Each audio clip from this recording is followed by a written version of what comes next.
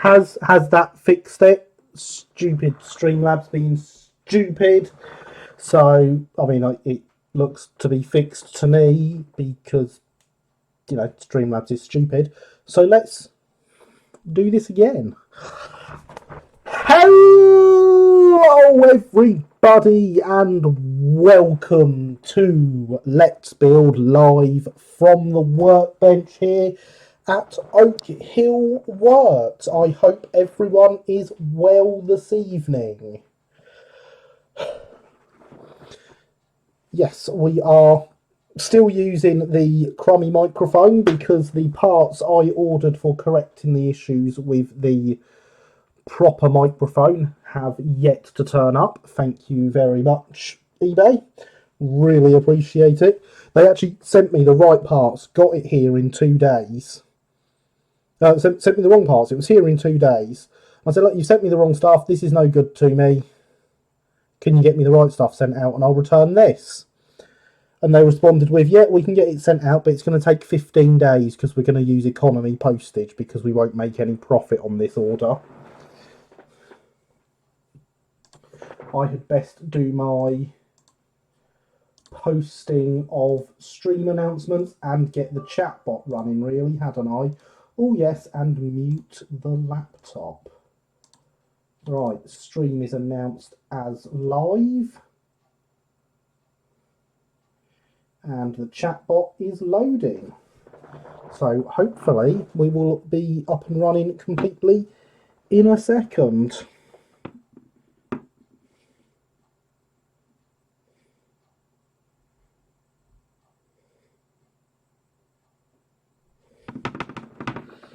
People sending me jokes on Twitter that are inappropriate. How dare they? Yes, I wanted Streamlabs to open a single 1 pixel GIF. No, we do not want to update the chatbot now.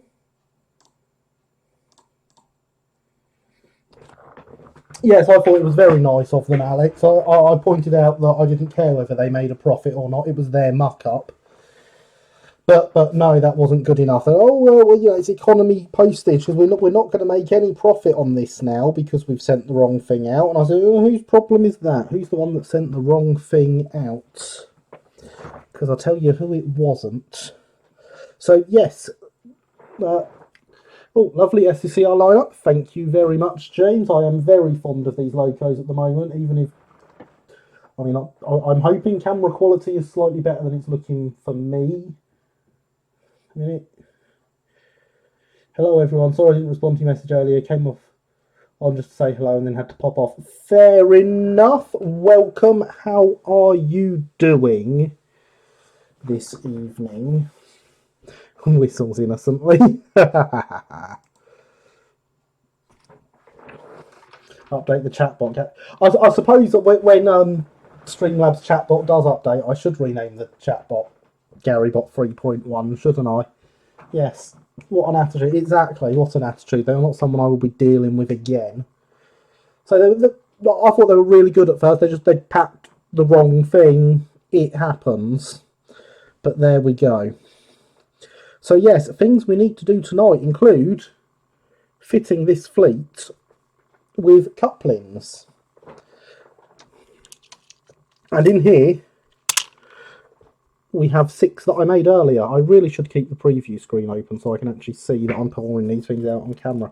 Yes, we have 6 sets of couplings that I made earlier. Now, you can decide amongst yourselves as to the reason why I made these off camera. Did I do it to save time? Did I do it to save you all from the boredom of watching me make them? Or did I do it because Tuesday's video includes a tutorial on making these and I want you all to watch Tuesday's video?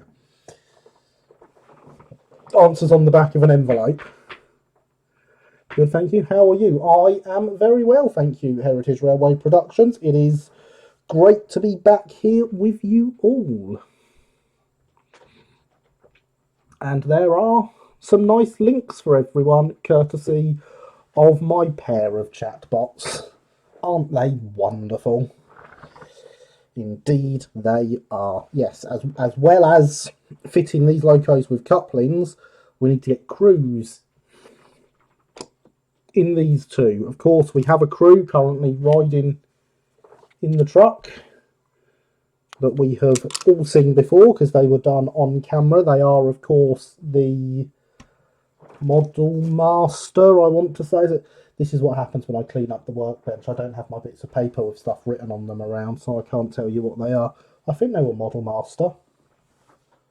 Oh, no, masterpiece models, wasn't it? Yes, that's it. Masterpiece models. Crew designed just for the P-Class. Now, this should be interesting because it's been a while since I've had these apart, and they're not the easiest of locos to take apart and put back together. But I think what we should do is we shall start with number 178 here, who is looking fantastic on my preview screen. We should take it apart, we should get the crew fitted, we shall get the cosmetic couplings off and the holes widened out, and get the Smith's screw links fitted. Look, I've even thought ahead this time and have a bit of paper ready to hold behind here to give us better focus for close-ups. Look at that for organisation.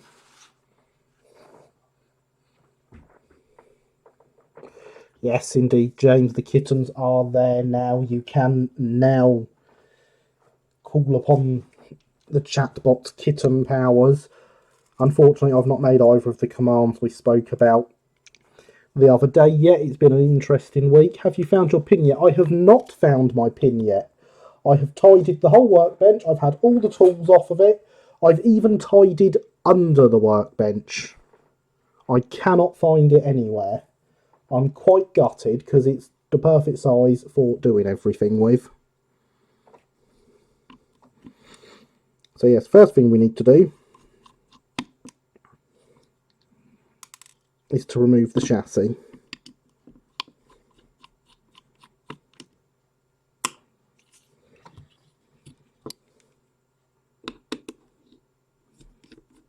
And then we can see whether this is whether I chipped this one. I think 2 of my P classes have chips in, and I can't remember which ones. You know, you can just buy another pin, they're not that expensive. I could, but that pin was the pin that was used to hold my flower onto my lapel at my sister's wedding. So I'd like that one back. That looks like it's chipped to me. So there we go, 178 is one of the locos I have chipped. And for those that have never seen it before, that's what the P-Class chassis looks like.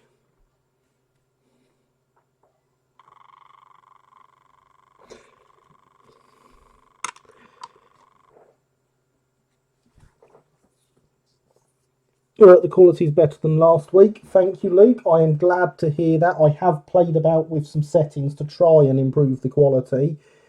It is still nowhere near as good as the quality on the preview I get on the laptop for some reason. Very strange, but I'm glad it is improved. Sentimental pin. Yes, indeed, a sentimental pin. And it's also why it's posh with a little fake diamond on the end.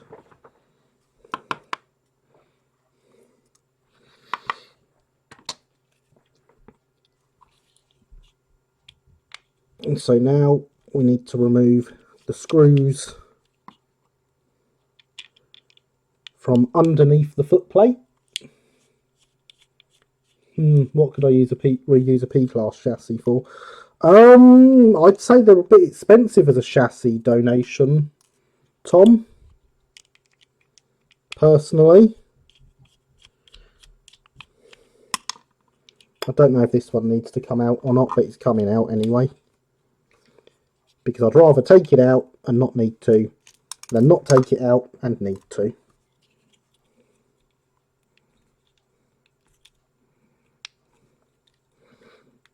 And of course, this is where we discover that when I've put the coal in,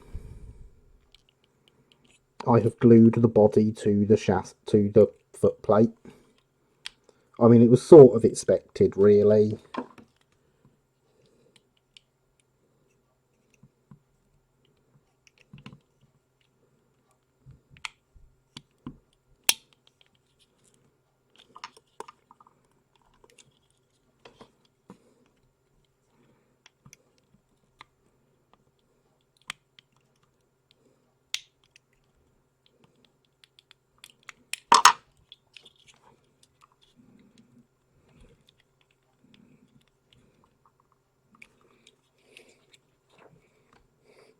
Sign of true modelers, see a chassis, immediately start thinking of other uses. Oh, yes.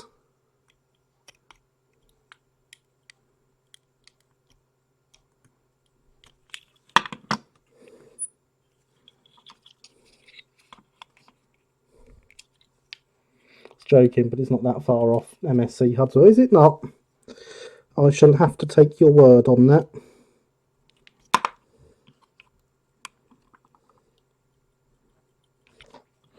Oh, talking of Hudswells, Tom, I saw someone on RM Web earlier suggesting that people should see if Hardy's would break down the Hudswell and set the Hudswells that are 3D printed and sell them as separate pieces. You know what, everyone? There's a screw in the back here. And do you know what happens if we remove that screw?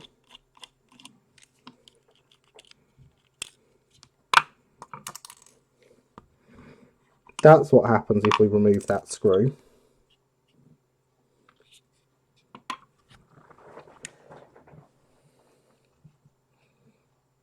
That was a bit silly, wasn't it? So now we've got it in its constituent parts. Here we have the footplate with the majority of the cab interior.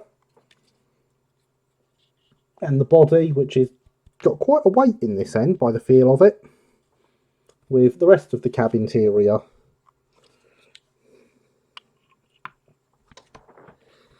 And as I said about before with these, the handrails sticking up at the front and on the sides of the doors, which when you're sliding this back on, all need to be lined up with tiny holes sticking off the front of the tanks and then sticking off the sides of the doors there. They are not fun to line back up at all. It was, in my opinion, a terrible design choice, which is why I don't like taking these apart. Oh, God, that was some really good quality close-up there from the camera looking at the... I'm happy with that. So, yes, first things we need to do is if we take one of our pre-made couplings... Okay, if you want to see how to make these, Tuesday's video may include making up one of these. If we take off these parts, we will notice that the hole in the buffer beam, I'm not even sure how I'm going to get this around lined up to you, is about half the height it needs to be for the coupling. That is no good to us. We are also going to just pull this cosmetic coupling out.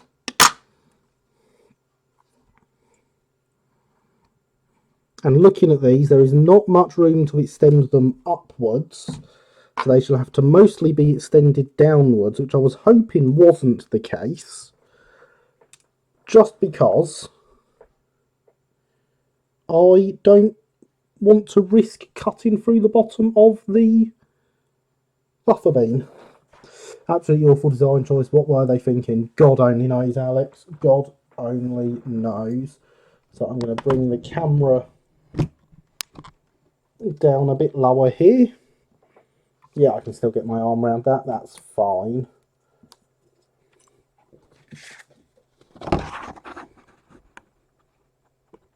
Go on, pretend you're going to focus at least. No, it's not even going to pretend, is it? Oh, there we go. So you can see the hole in the middle of the buffer beam there, in the middle of the black section. Needs extending quite a bit to fit the scale coupling through. And my knife needs a new tip, because this one is snapped. That is fine, I have plenty.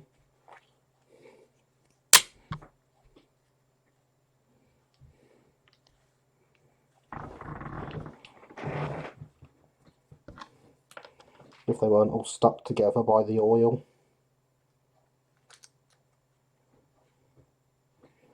That is just one.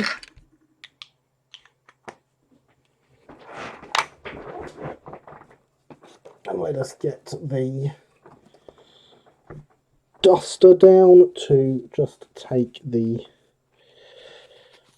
oil off that, because there is a lot of it. I don't know why they cover these in oil. I assume it's rust inhibiting or something.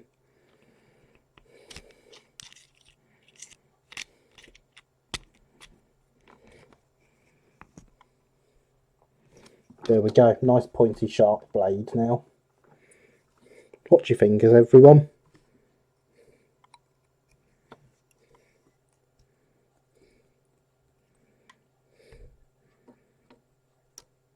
So yes, we're going to extend this hole all the way to the foot plate. It's not very far from where it currently is.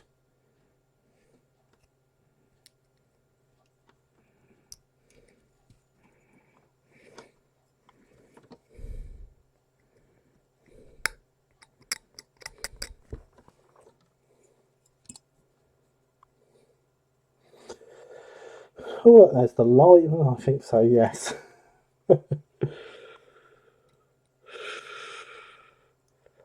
I can't think of any other reason for it.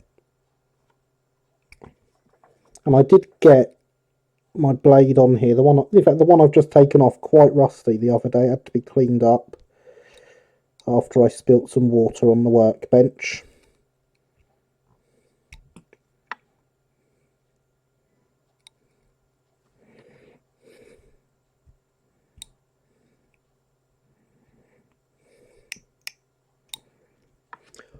And by some, I mean I had that pot full of water like it is now up to there.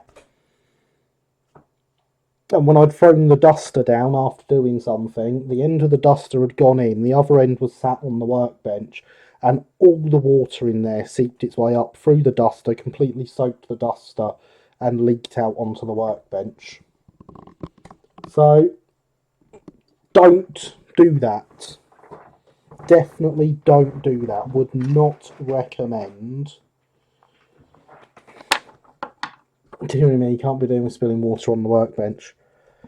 I think I've got it all, because a lot of it got in under the glass plate. If you couldn't even tell it was there until you leaned on the plate and it just squirted out the side.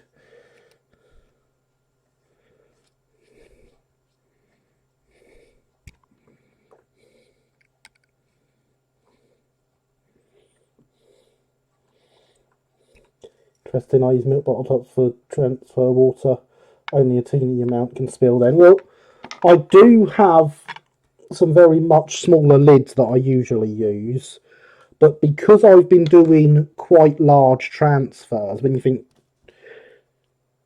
we've been doing transfers that sort of size, doesn't quite fit in.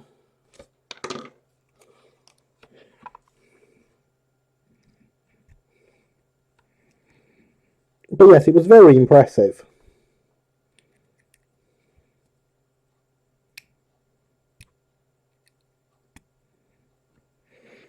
So I'm just doing this slowly to try and make sure we don't just slide straight through and cut a massive hole in the bottom of the buffer beam. Because of course if we cut a massive hole in the bottom of the buffer beam, the coupling will fall out.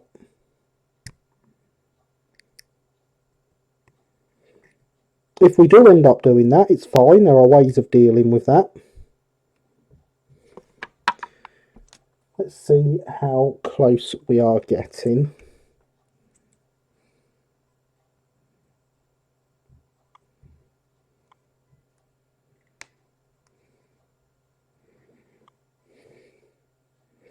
Oh dear. I don't suppose I've got an empty hook around, do I? No, I'm going to have to do it with one with a coupling on. Oh dear. I don't think we have enough height. I think we're going to have to chop all the way through the buffer beam and deal with this coupling slightly differently. Working on Terry's, I presume. Hello, Max. We are working on P classes, which were the Southeastern and Chatham's very poor attempt to copy a terrier. You can tell how poor their attempt was and how low I think of it by the fact I have 4 of them, and they were a class of 8. So I have half of them. Back in my Warhammer 40k days, I used a small saucer with a tiny amount of water in the bottom. Luckily, the transfers were always small. Yeah, that is good. I used to always use these pots, which obviously are much smaller than what I'm using now. But again, this transfer, as an example, is still bigger.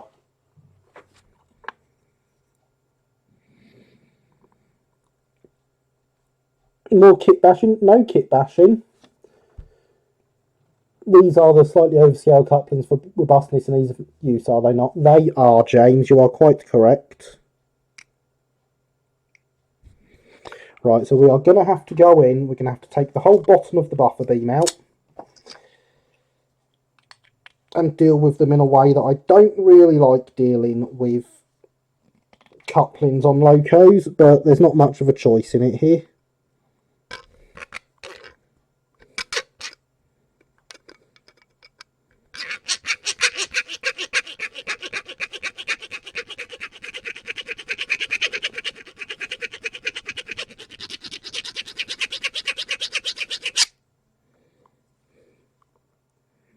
Cool, who'd have thought these were metal?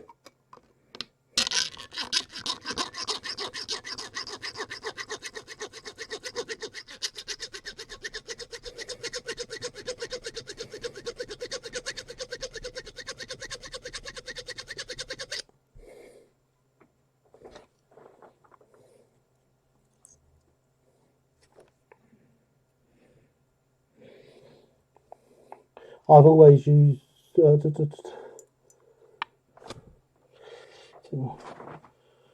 Yes, it's class locomotive, which most still exist. Yes, most of them still exist. At least half of them still exist. The Bluebell have 3. Do you think Hornby will do a reveal of Stepney and A1X condition for the Bluebell's 60th? I think that would be a fantastic way to deal with for the Bluebell 60th. That would be excellent. I wouldn't get it myself, but now that Matt Wickham has done his Hornby Terrier into that condition, I'm sure Hornby will probably follow up by doing exactly the same thing. Always use at least a bowl of model aircraft transfers get quite large. Glad I'm not the only one, Christopher. RTR detailing rather than kit bashing. Yeah, trying to get my dad, not Dom, but another Chris, to order a few things on eBay. He's my biological dad. Fair enough, Max. Goodness me, that's always huge for the size of the locomotive. It is rather. It's at least... It's at times like this that I'm glad I use Cadies in them pockets. Cadies. Not on British stock. No, I can't deal with that, James. They don't look right. Also, watching American Restoration on Demand, love that show. Scale couplings are the only true way. Exactly, Alex.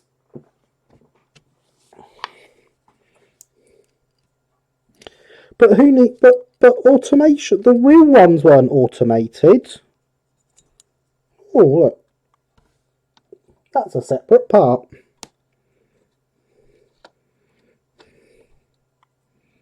I mean, it really does show the level of detail that Hatton's went to with these locos, doesn't it? That's the back of the cab interior, where even the cab has full Wainwright lining.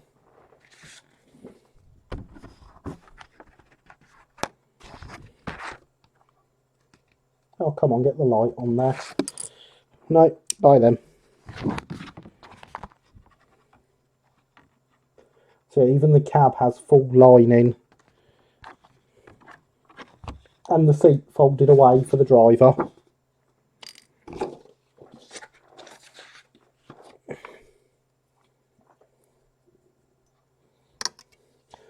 So mate, well, where's the fun in that? I agree, Alex, I agree. Cannot wait for the Bluebell 60. Shame I can't go. Plane tickets are ridiculously expensive. They might be ridiculously expensive, Max, but you would get to see a terrier. Possibly even two, depending on where Fenchurch is at the time.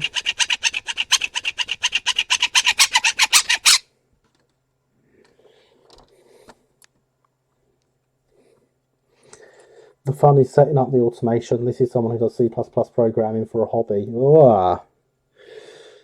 I've never got along with the C languages, James. They're also not all run by one person. They have separate drivers and signal, etc. Can't have an army of personnel in my shed, so the next best thing is automation. Oh, why not? Get a bigger shed. Then you can have an army of personnel. The real railwayman didn't have trains that pick up the power from two main running rails either. Well then, Luke, live steam it is.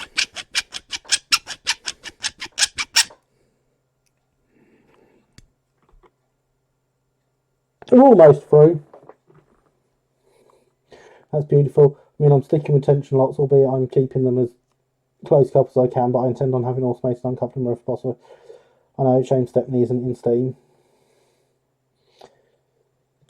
Yeah, it is. You're right. All these people talking about automation, very odd. They are, aren't they, Alex? So if I wasn't using scale couplings, I would be doing what Lynn is doing with tension locks, personally. I see no advantage of any of the other coupling systems over what tension locks can do.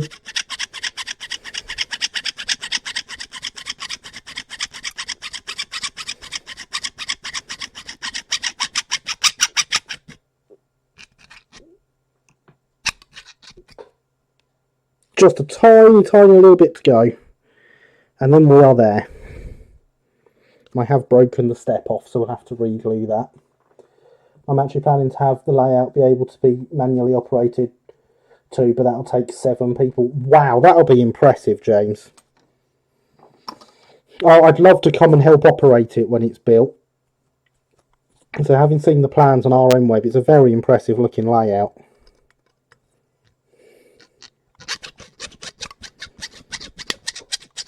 There we go, and we're through.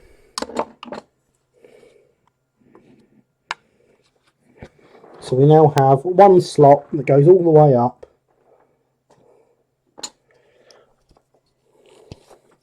Hope they do, because I want to have Stepney in A1X condition, because my layout is set in preservation day, so if it's going to run Stepney, I'd run it as preserved. Have you seen Matt Wickham's 3D print of the parts to convert the Hornby Terrier? Then, because it is there to be done, so you can get it in that condition. So, good evening, Stephen. Welcome. How are you this evening? I hope you are well.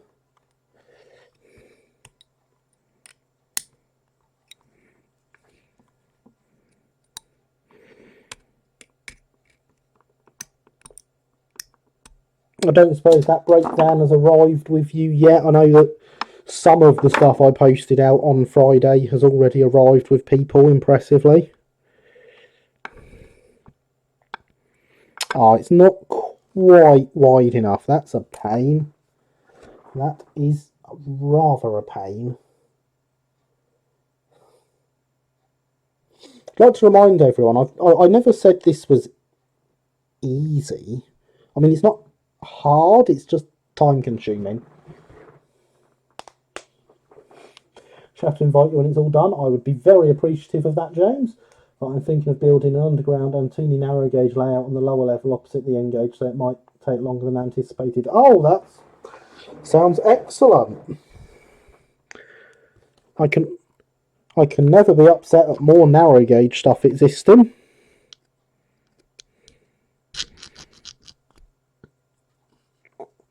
Yes, that is as wide as that goes. Yes, I'd say that, but I'm not really confident with cutting locos apart. Fair enough. Fair enough.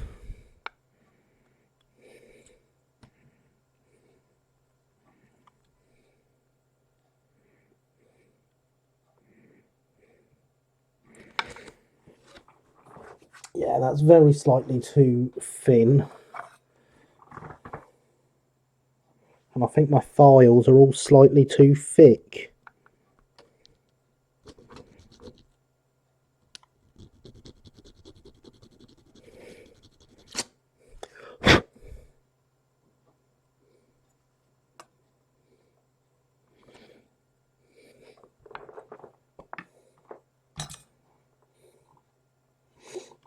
Fine, Alex. Hydration is important, everyone.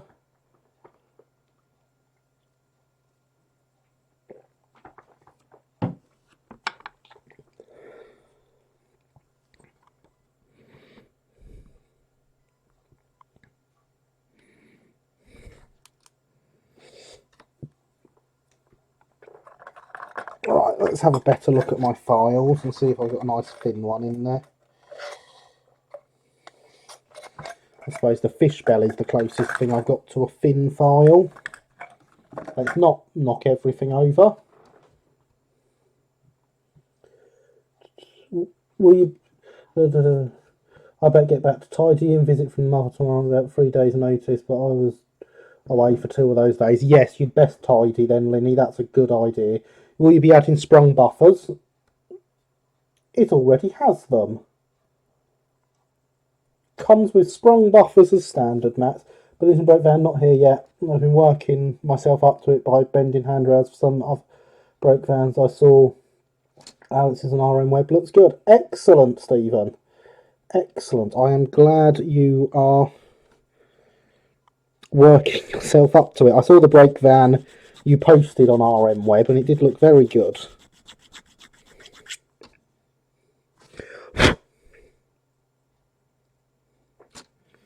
I have no doubt in your ability to do Linny's one.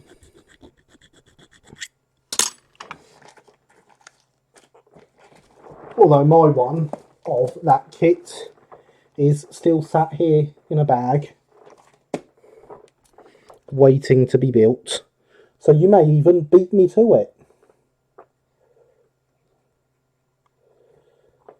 Also need to find a tin lift graph station, also sells the battery control. I'll look for it tomorrow. Fair enough, that's another Billington break. Yes, Linny, your memory is failing you again. I sent one of your breaks from my pile of kits to Stephen, although I only actually got round to posting it on Friday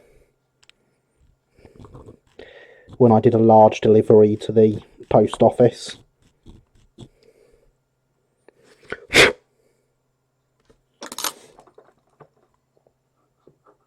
This is really putting up a fight, repelling against the true way. It is indeed. It doesn't help that I got, there we go, that I got the saw cut slightly off centre.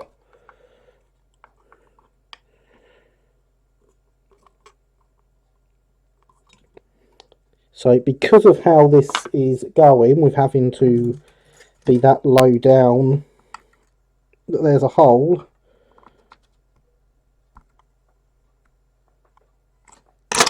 I'm going to have to bend the buffer beat, the coupling like that,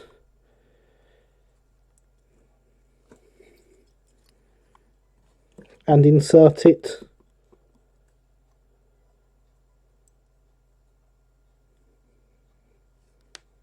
behind the buffer beam where it can be held on with some glue.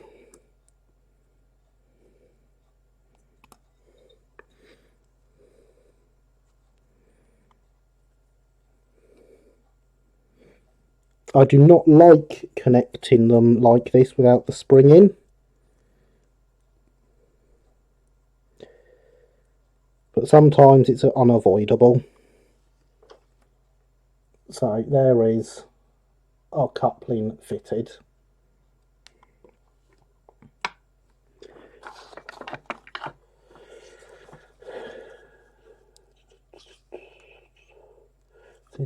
Oh, so your memory hasn't failed you this time, Linny. That's good. Just muted video chat on Instagram so I'm not interrupted. Don't want to miss this.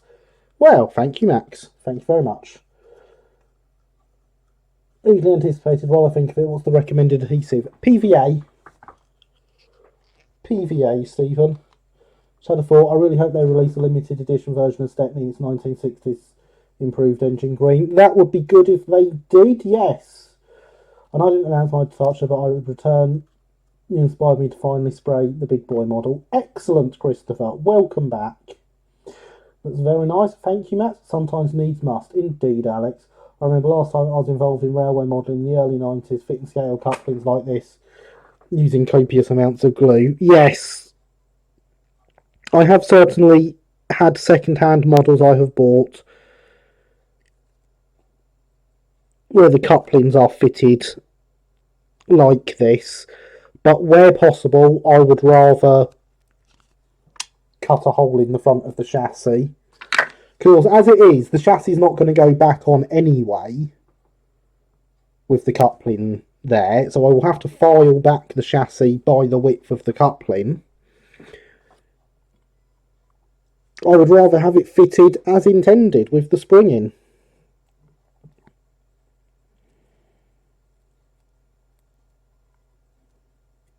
But it is now fitted at least. PVA, so I remember PVA they find bits once they put super glue can make quicker joint, although obviously no good for adjusting small parts into the right place. Had company, fair enough. Welcome back, Javier. Good to see you return. I may send a few Dapol 040s one. I may send a few Dapol 040s, one to rebuilding Falmouth docks. Number 3, I've had very little success building them, just so flimsy. Might still have to have P-class my collection someday. SCR livery is so nice. You should, Christopher, you should.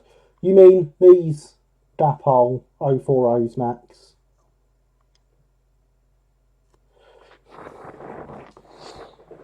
I should be tidying, but I've got a book of LSWR wagons open next to me instead.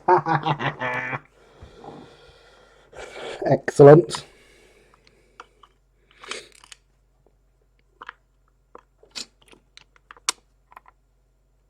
That's what I thought, it is that side.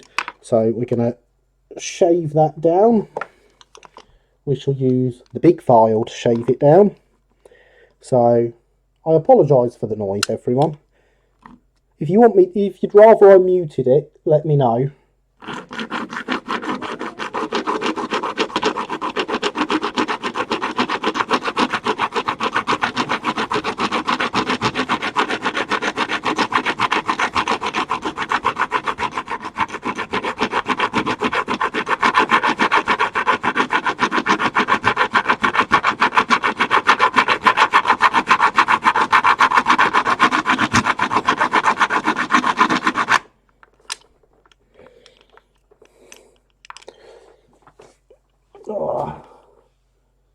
SCR is the best of the English pre-grouping liveries. Certainly up there, Alex. It's certainly up there. Yes, nice and in my park.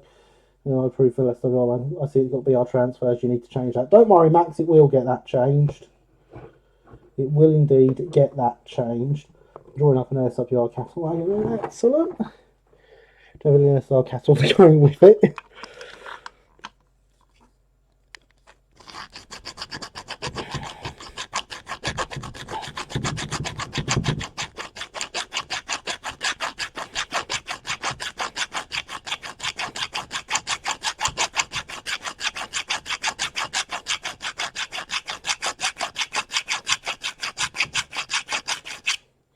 Not yet.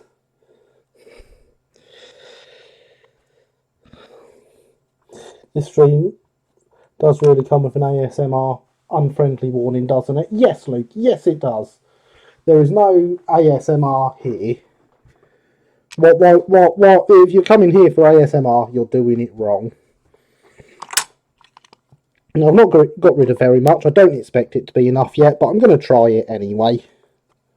Get the coupling on the outside at least.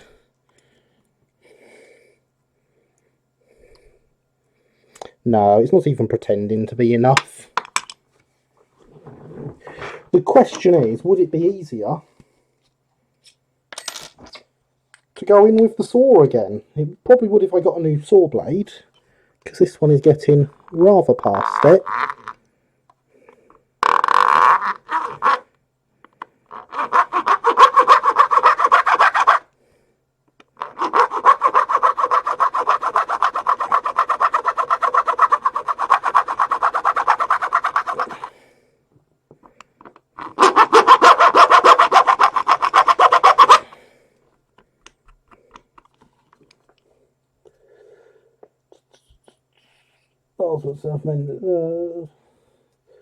Her noise really isn't that bad. Thank you, Alex. So there's some cattle models available on Thingiverse though, with some judicious scaling.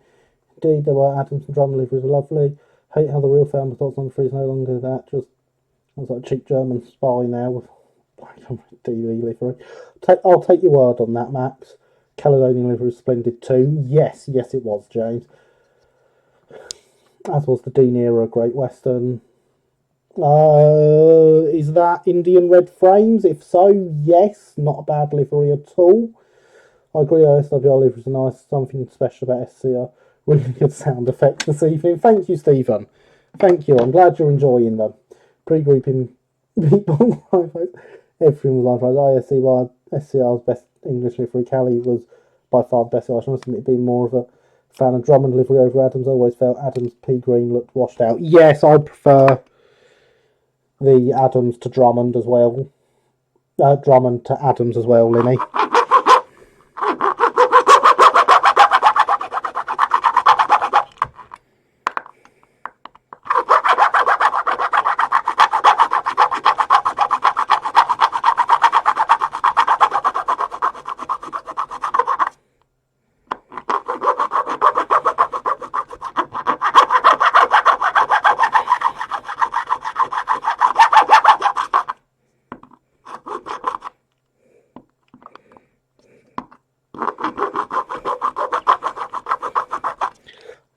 Tell you what, no is the answer to whether doing it with the saw is better than doing it with the drill.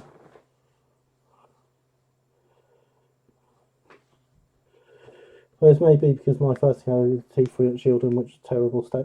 Yes, it is Indian red frames. Ah, yes, then that is a good livery, James. I am not against that at all. Fair point. Which is going to be repainted back and drawn livery at Swanage. Ooh, very nice. I've had C3 Victorian to like. I may send a few Hornby 040s for you to use in the project. Certificate like that, not. I was there for an age in Barclay. What project for Hornby 040s, Max? Please elaborate.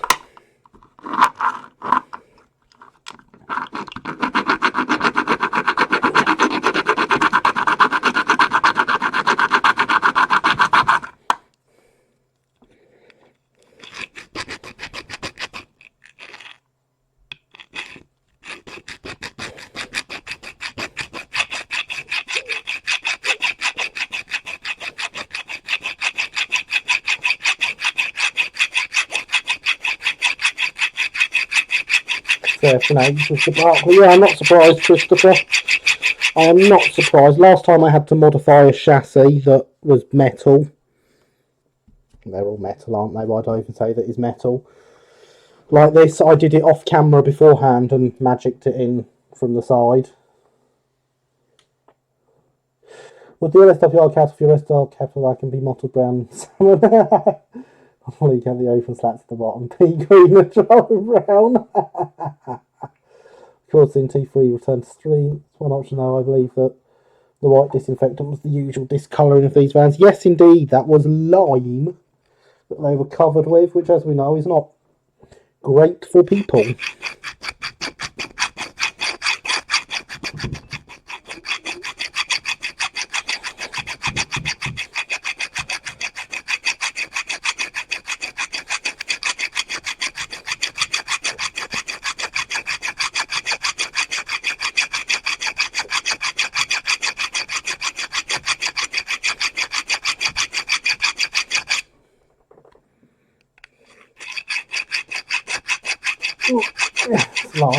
Lime was not Hogwarts sealing his arm with pocket off color 3D comment.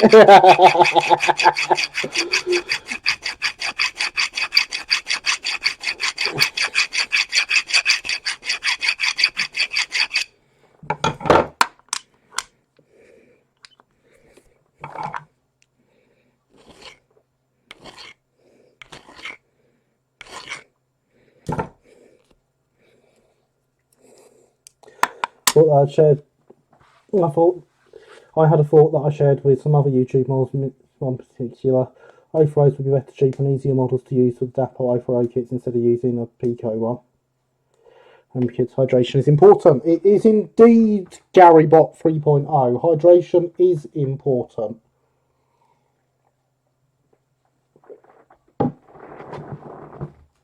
Oh, but Max,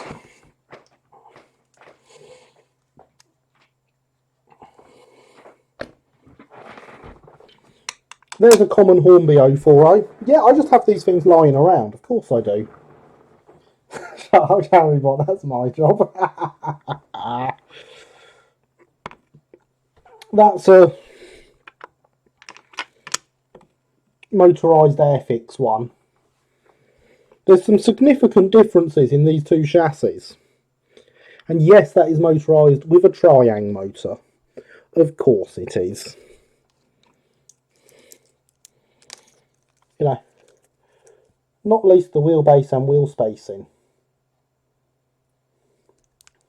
And the size of the cylinders. And the amount of room that the motor takes up.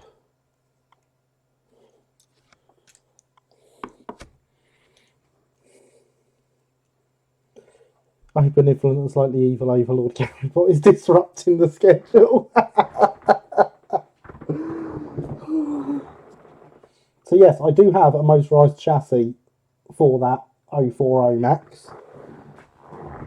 I just need to put it to use.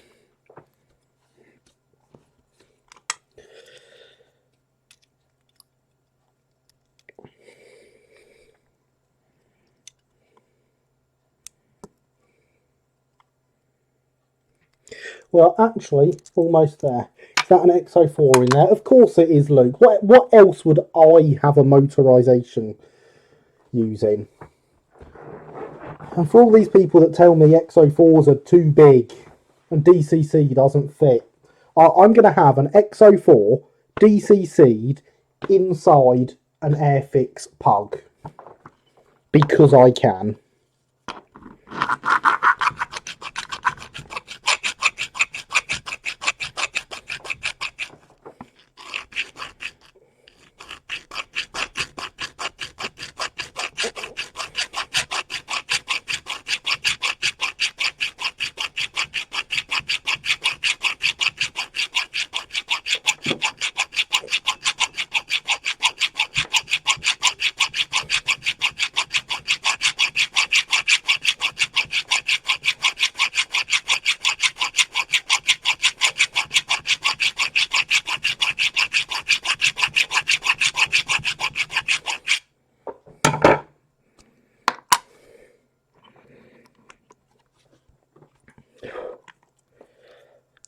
It is going, I'm sure.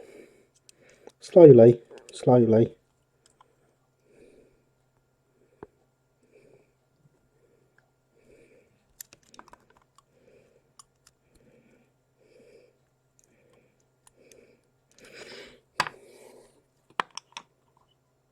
Cut the Hornby Override chassis in 3 bits, you need smaller wheels, and you can screw the chassis on without worrying about putting in a motor.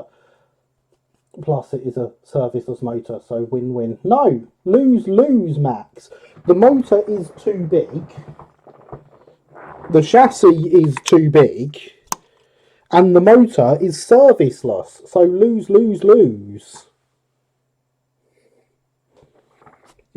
That motor is sat next to there. That is sticking up above the top of the pug. It's all loses, Max. There is no good point of using this chassis, especially if you have to cut it up, then you're just ruining the chassis. This is the chassis out of the kit, with a hole cut through the middle of it. This footplate out of the kit, hole cut through the middle of it. These are even the original kit wheels with metal tyres added to them. I got it off eBay for a tenner. I've got the missing parts for the cab and stuff as well. But I got the whole thing off eBay for a tenner.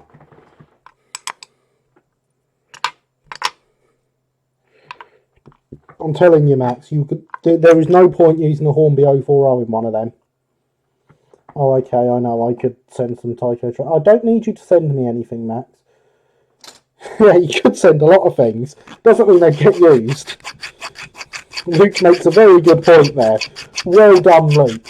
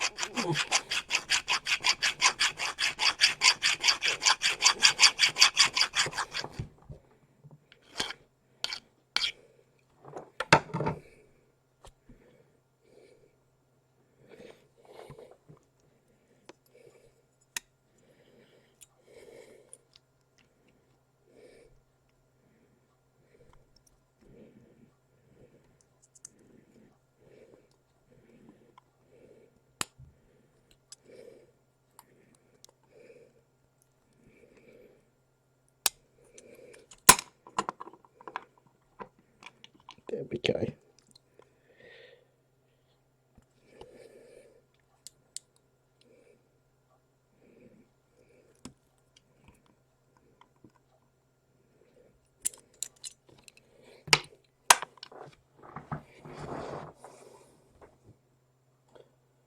Hang on, did you show the wheels with the original plastic wheels? Yes, Luke. Yes, they are, but we're fitted with metal tyres. I may send the Tinlifo Santa Fe logo to customise. It's for 2 anniversaries. You may. Doesn't mean I'll get round to it.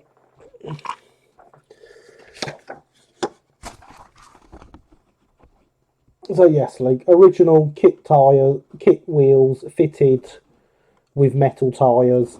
Pickups are wipers attached to the bottom of the footplate that go down onto the top of the wheels.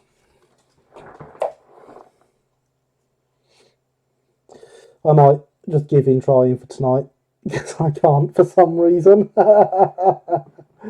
Is the chassis die cast? No, it's not, Max. This is the chassis that comes in the plastic kit. This chassis is Mazak, which is what most chassis are made of. Just up the LSWR cattle van on Shapeways, at least as much as I've drawn so far. See how much it cost, over £40 unless done in WSF, which would lose most of the detail I spent hours on. Maybe not. Yeah, maybe not. I've always thought if I was going to do stuff like that on Shapeways, I'd break it down into its constituent parts and lay them all out flat. And then make people build it up from a kit, personally. Because that should keep the cost down by having less support.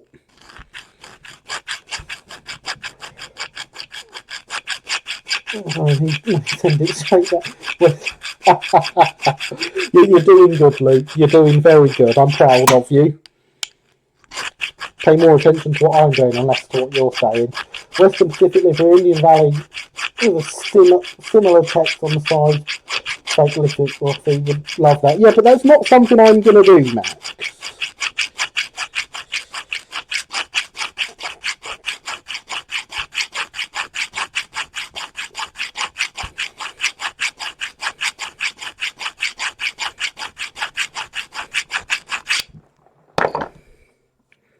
I do not do American. I do not know how American things look.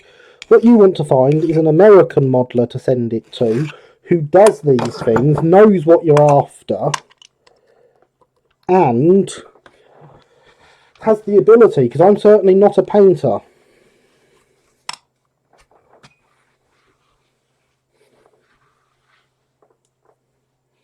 I'd prefer a whole item even at a higher price than the kit. Time is money.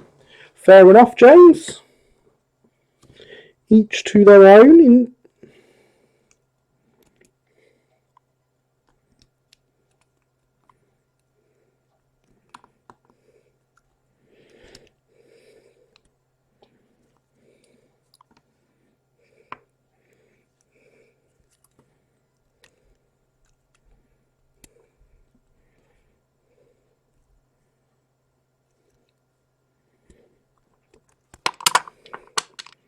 That's odd. It doesn't seem to want to fit through the hole at all now.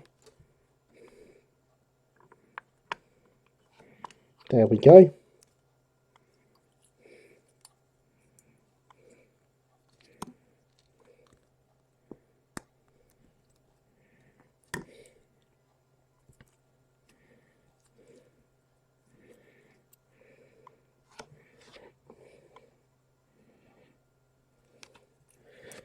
That's going past the coupling very slightly at the top, so we really are nearly there. I just...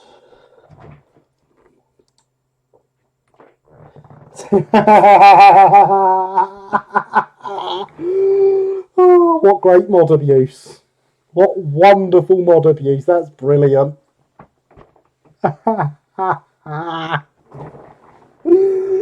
Oh. Luke, you are on fire tonight. Well done.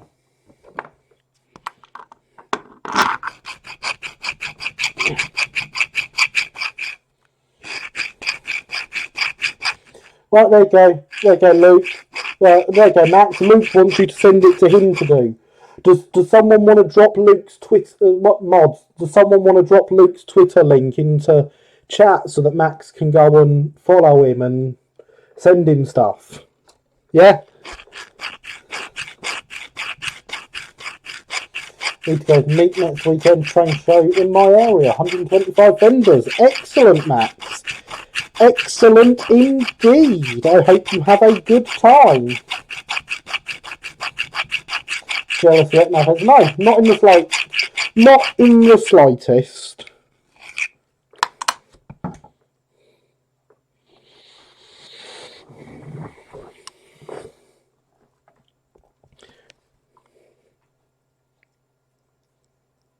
He already does he? Okay, fair enough.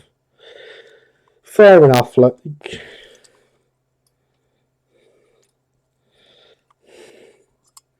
Or are you just saying that to avoid it?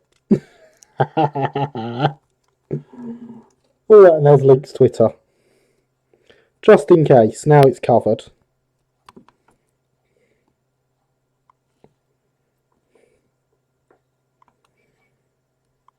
Yeah, it is getting there.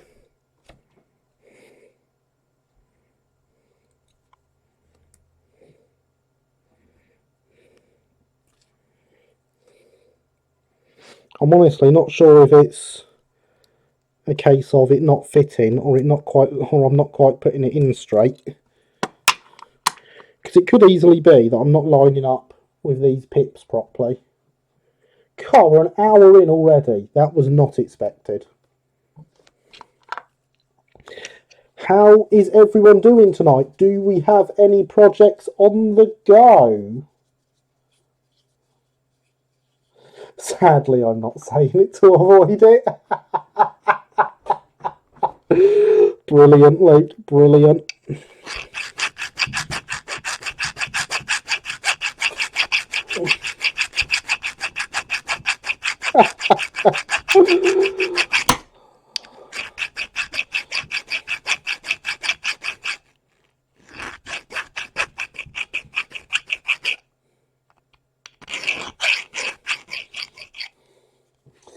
Never seen a loco put up such resistance, getting proper couplings. I always knew P classes were heretics. Shush, Alex, don't say that. You love P classes. They're in SECR livery. What did you expect it to be an hour? Oh, what did you expect it to be? An hour in after an hour and a half? Yeah, definitely. I thought we were closer to 3/4 of an hour in, actually, rather than an hour, to be completely honest. You can also contact me via Instagram, but I may not find his DM request instantly because I get loads of weird ones and don't look at them because of that. Fair enough, Luke. Projects debugging simulations ended. I've been with two, the streetcar, which the guy still has to get back to me on, and Hailing Island. Oh, very nice. Very nice, Javier.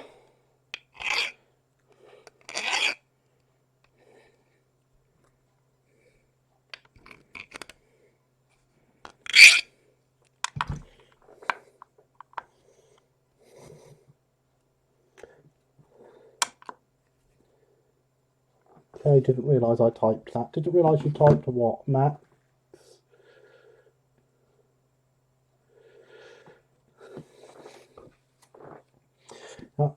I'm planning two. Yes, you read that right. Two layouts, watching Big Boy dry off, considering modifying secure denture, running trains. I'm watching you. Oh, very nice, Christopher. Oh, look, there's a link to my website.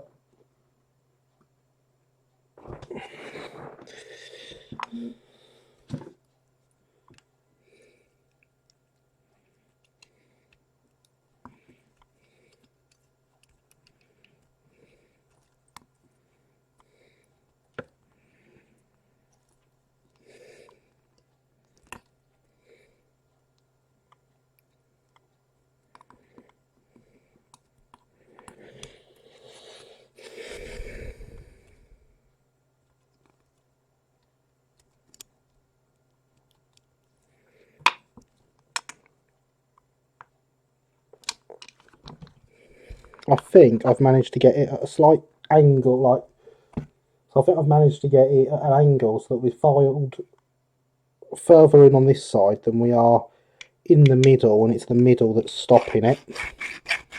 I think.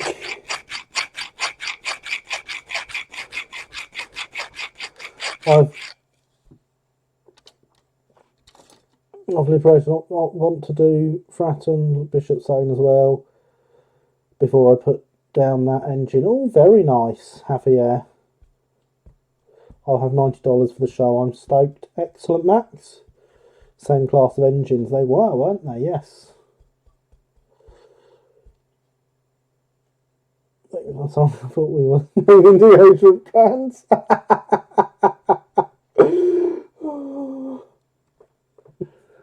But you realise, Luke, Max being in America, he'll call it Axe, not Lynx.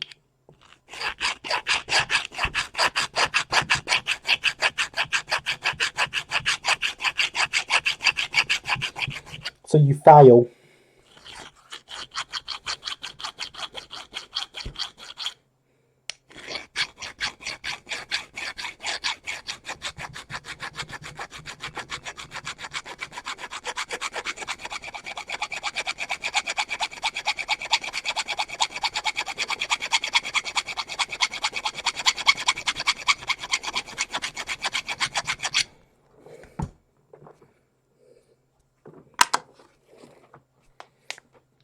Note to people doing this themselves. Modify chassis, not on camera.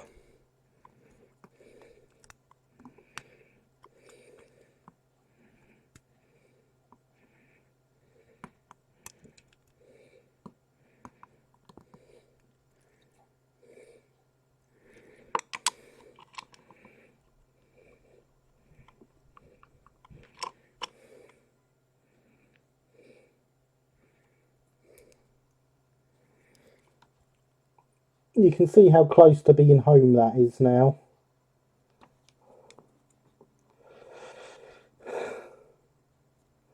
To bed now. Continue to have fun there. Good night, Stephen. Thank you for popping by. It has been appreciated. And I shall try and continue to have fun. Maybe at some point when I can use power tools because it's not the middle of the night, that would be a good time to do this. Fine, Dove. Much better, Luke. Question, open influence like the evil overlord. Can I ban Luke if his jokes get too bad? No, Alex, you cannot. Sorry. I'm enjoying his bad jokes. In fact, I am enjoying Luke in general this evening. He's been absolutely fantastic. Hydration is important, everyone.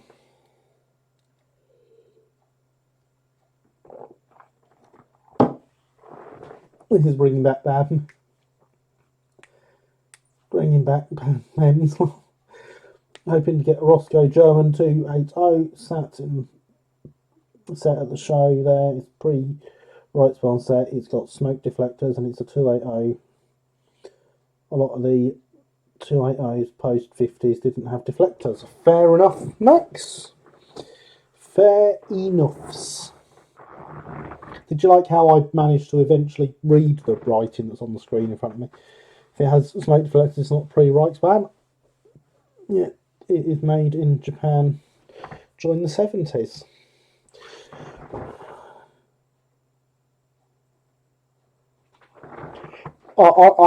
I'm just going to take Chris's word on that straight away. He knows these things.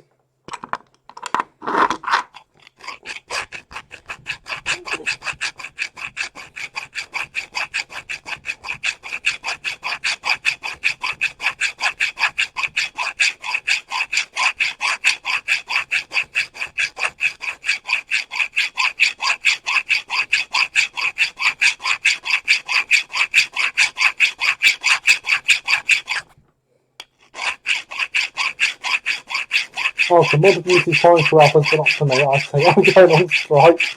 So yeah, I just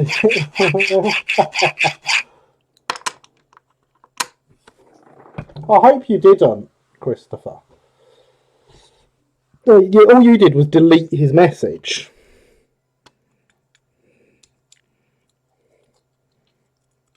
It's not quite banning him.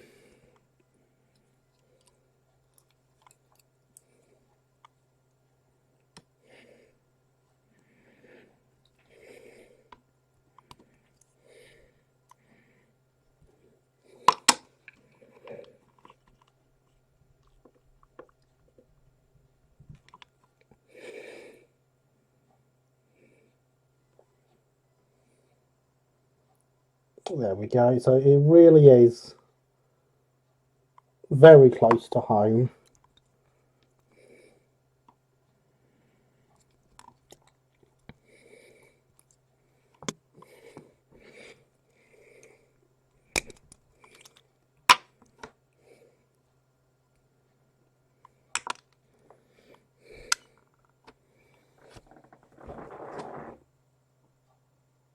There's a tiny little mark on it that shows exactly where the coupling is contacting it. Just looking around to see if I've got anything a bit more precision that I can use at this time of night.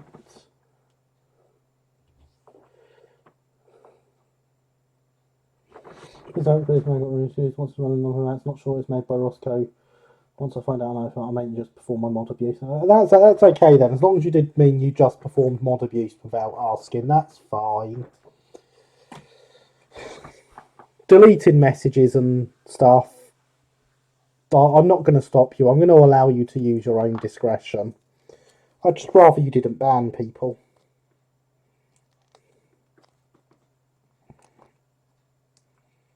Because you see, if you delete messages, I can still have a look at the deleted message, so it's fine. I'm not missing out then. Ha ha ha.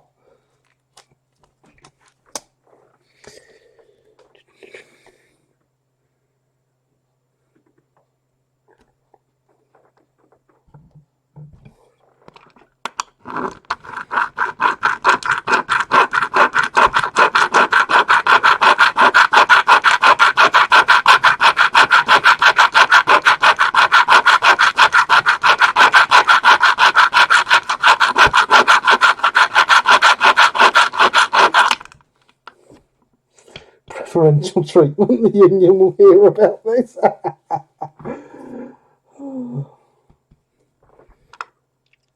You might call it preferential treatment. I call it preferential mistreatment. Ah, see? Massive difference.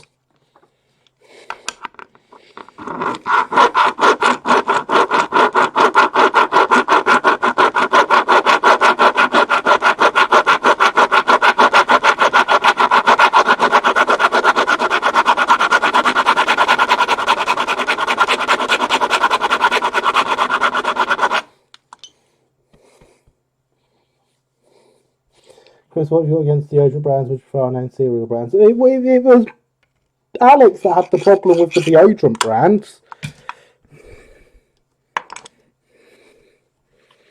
Christopher deleted a much earlier message. And I can't say I blame him for deleting that one personally.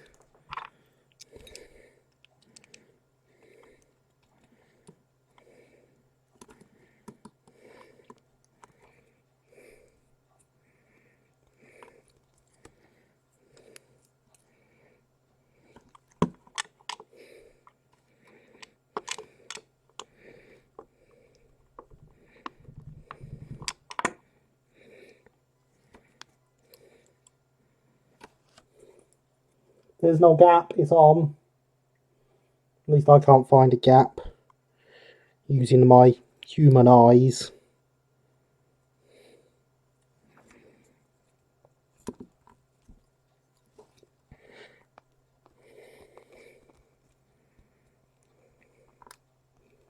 Can't get it apart now, but, you know.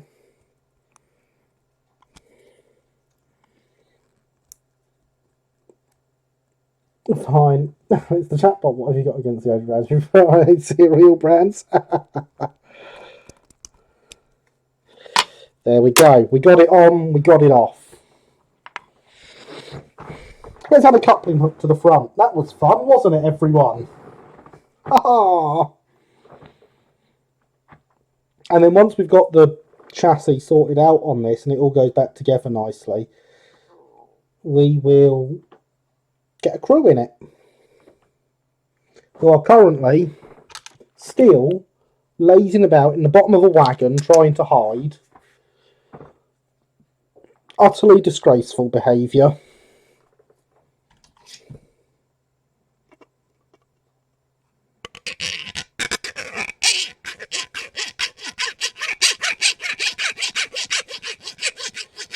So yes, we're just soaring into the bottom.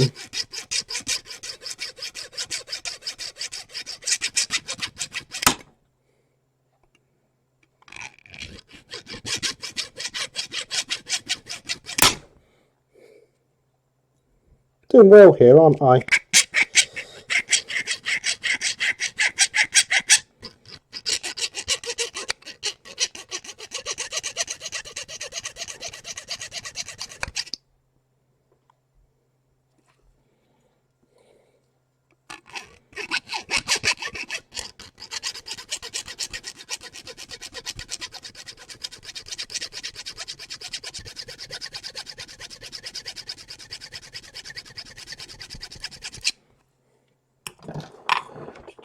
Are you going to repeat all this for the bat and then the other P class? I am going to do the other P class another time. I will do the destruction of the chassis with the other P class off camera with power tools. Probably have to get up early tomorrow. Crew isn't very good at hide and seek. Well, I just think it's highly disgraceful, whatever their reasons for doing it.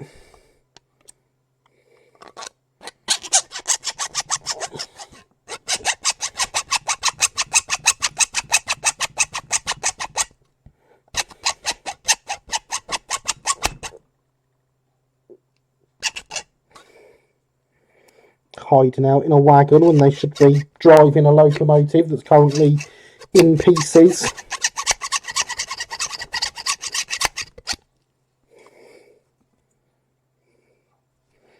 Very nearly there.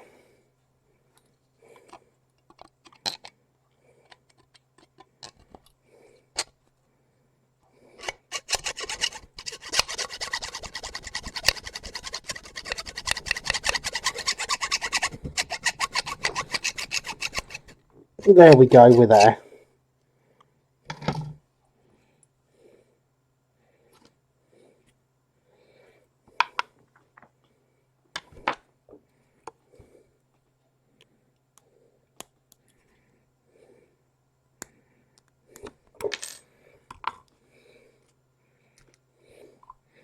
So we shall take another one of our couplings.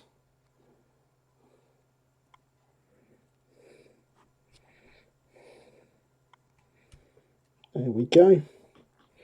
Matt spent a few minutes on Google and eBay and cannot find of what you speak. Max, go find it and send Christopher a link on Twitter.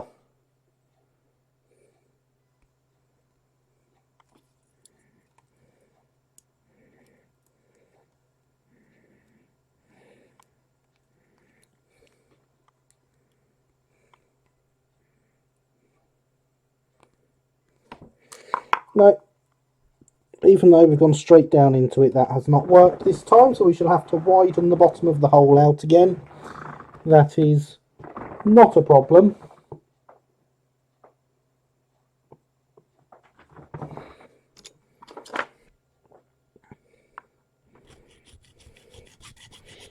Because that was a reasonably easy part of the job.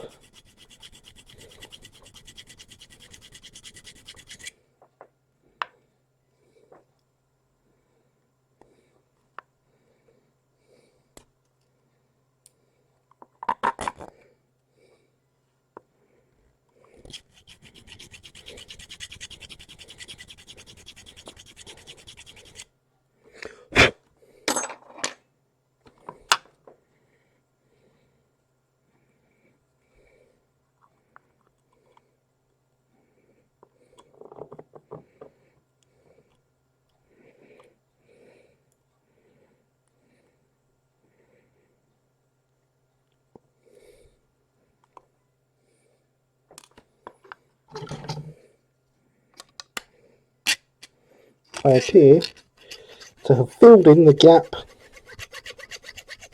between what I have just filed and the hole that was already there. There we go.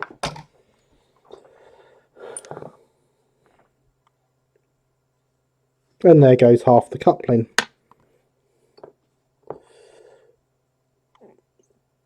Well, I was watching Doctor Who. Hello. Hello, Becca. Welcome. How are you this evening? It is good to have you here. I hope you enjoyed Doctor Who.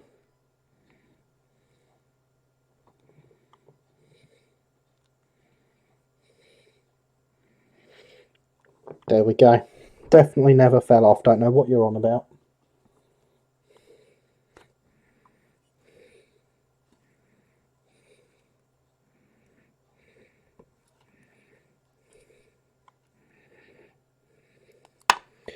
There we go. So we will bend that a little bit just so that we can see where the bend needs to be. We should grab it with the pliers and put that bend in. So I can't think of a class German 280s that had smoke deflectors in their lives, at least not beyond maybe a couple of trials.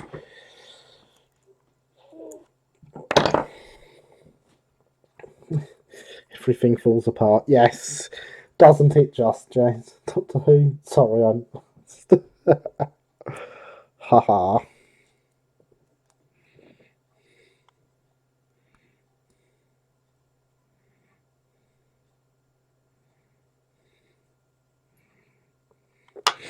And there we go. That now sits in there quite nicely. You should hopefully be able to see that bent through the gap there. Right, Gary, thanks. How's the stream going? Interesting.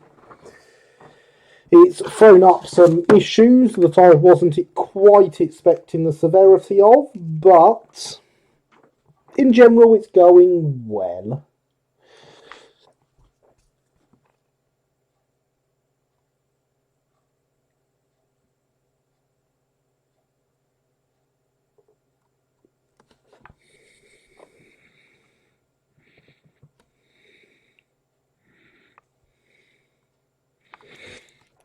There we go.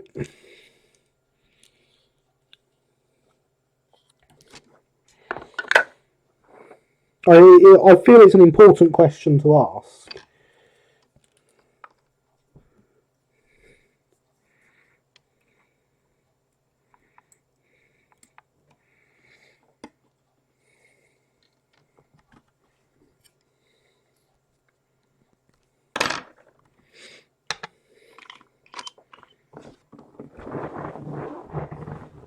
So I guess we have to go back into anti-ASMR mode, as I believe Luke was trying to call it earlier.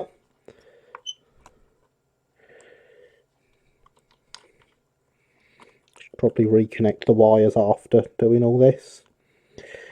But on this end of the chassis we have a nice easy mark to tell us when we've got enough filed back, because you can see it sticks out in the middle by about as much as we want to take off.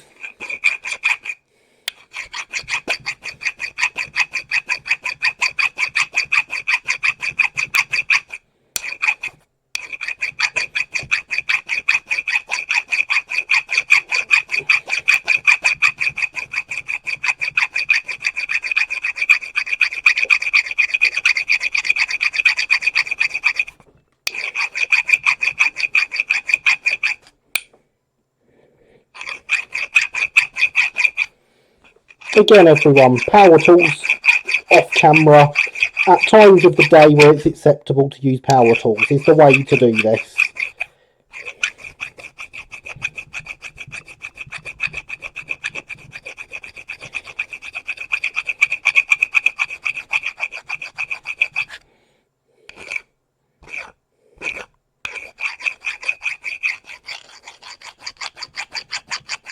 Indeed, Alex, it's very handy.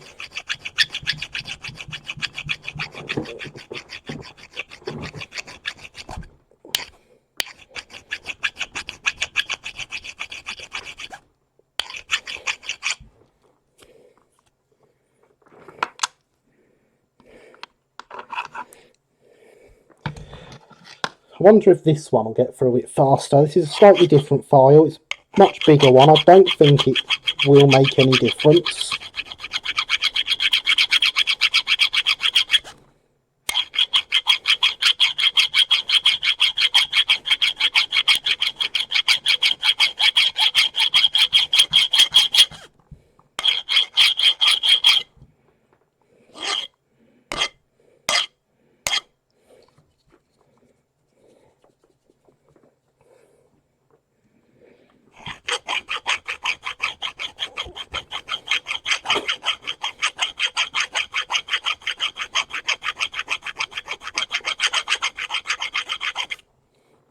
What's handy, the fact that this pokes out just about as much as we want to take off, so it gives us a nice marker for when we've taken enough off. Luke.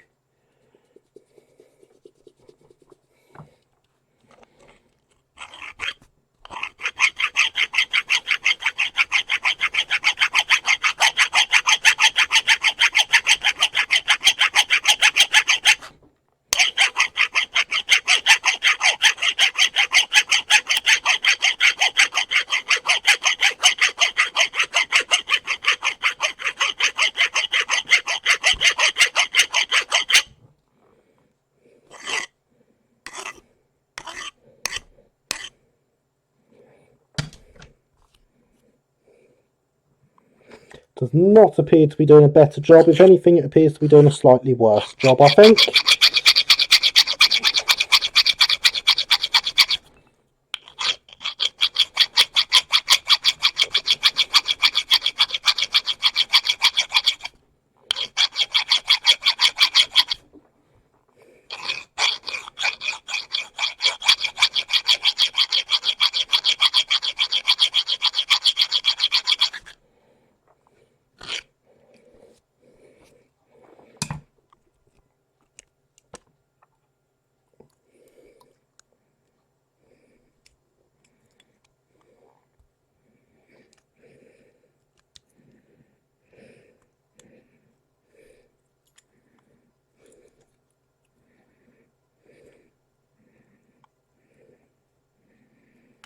Again, we're getting caught on the middle.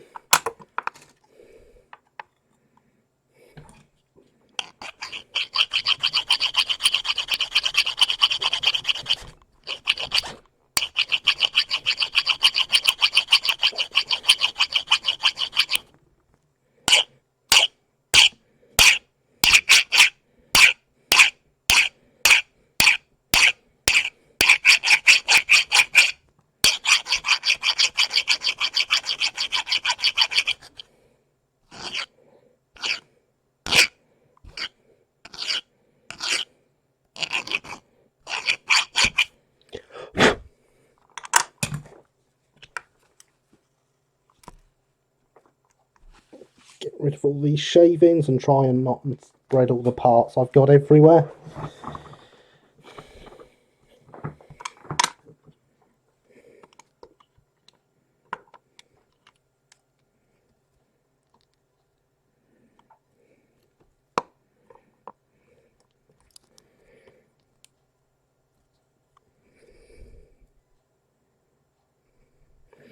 Very, very nearly. Tiny bit in the middle. You can see it sort of slotting past. There's just not quite enough clearance there.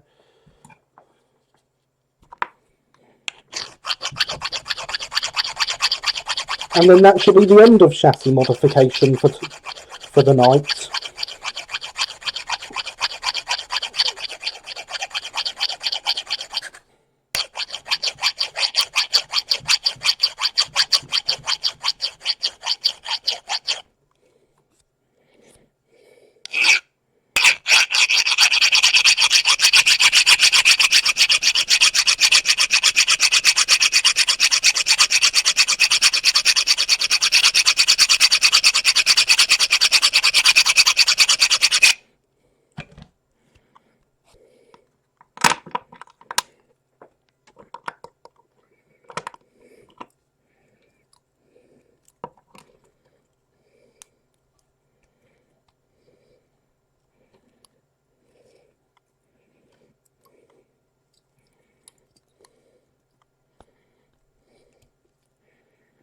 Yes, they're there, I think. That front one certainly is. So what I think we shall do now is stick the step back on before we forget. Quite a few of these steps on these P classes have had to be stuck back on. They really do not take much to knock off.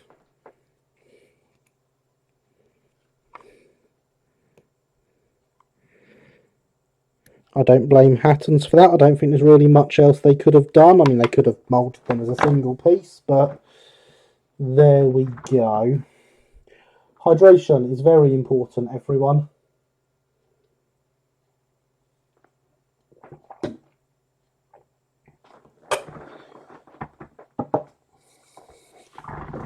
I'm going to refill the hydration vessel.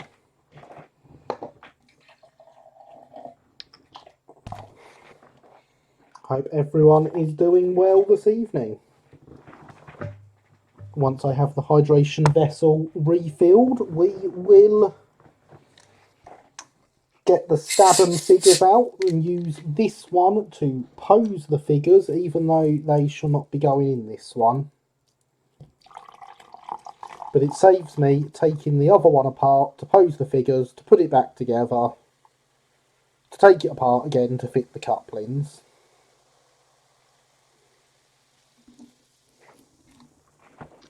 Another odd design choice, not to mould them as a single thing. Yes.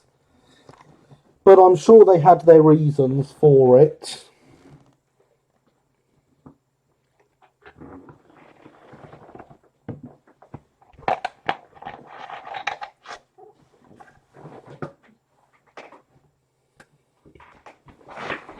Right, and that is that done. So now we have the Staden figures, which I am very quickly running out of. I'm going to need to place an order for these soon, because I only have one more logo's worth of crew.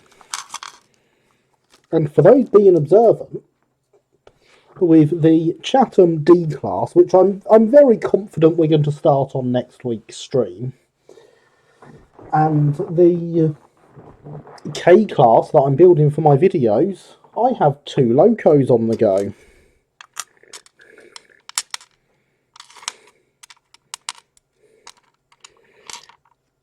So when I'm dealing with these, the first thing I do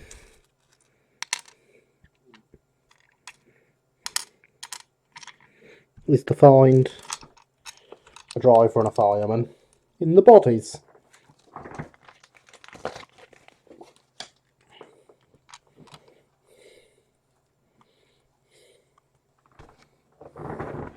Why have I put that over there? That's just silly. So there we have Primrose's crew. Don't they look great, everyone?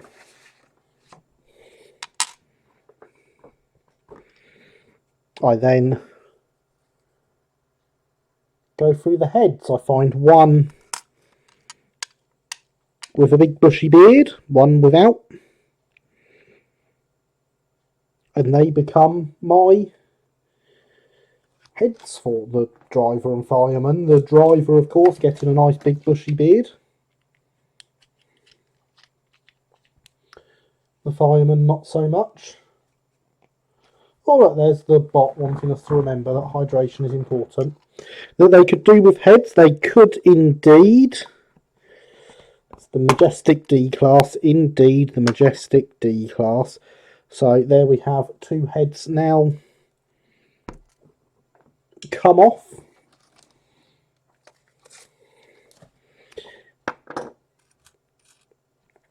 I'll go through the pile and dig out a shovel for our fireman. The other one can go away. And now we've got just a couple of arms to go through to find an appropriate pose for our crew.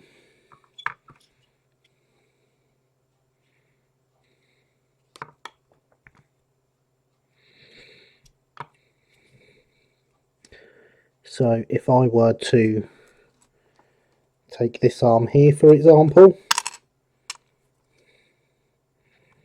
that could go up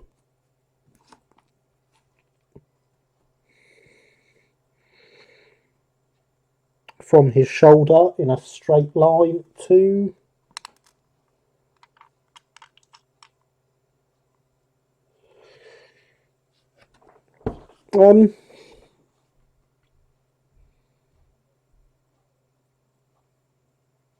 reach the regulator.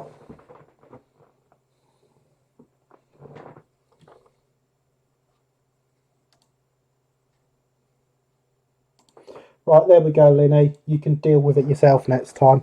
Thank you for pointing that out. Much appreciated. Doing well, building yet another wagon kit. Excellent. Frustrated is no excuse, Max.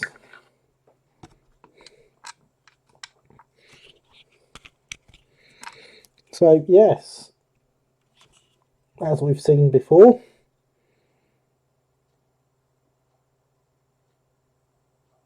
a blob of glue into the shoulder socket.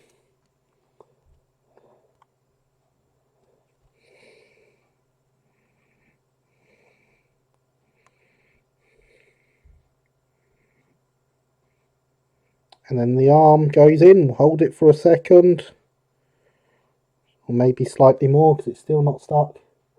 Oh, is that word considered un-PG? Wow, I'm not a good mod. It depends, Alex.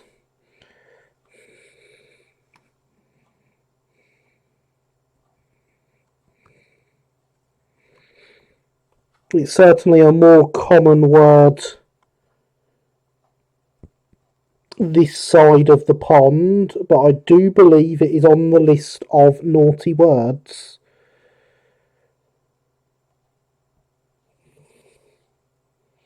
Don't worry, Max, the comment's already been deleted for everyone else. It's only you that can still see it. Because for some reason it doesn't delete it for you when mods delete it.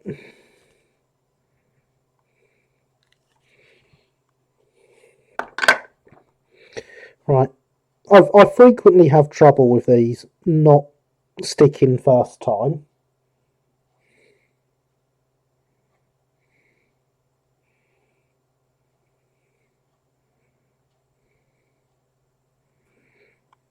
There we go.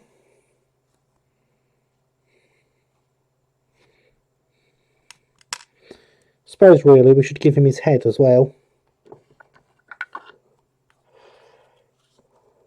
That's, wow, interesting.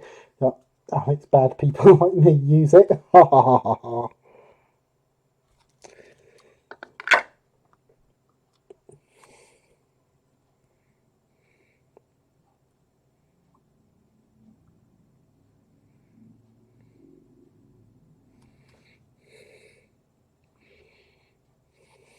But we're British, everyone uses it. Yes, but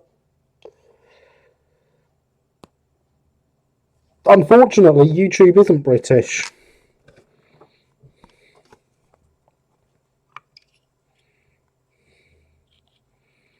Yeah, his arm's about the right height there for grabbing the regulator, as you can hopefully see.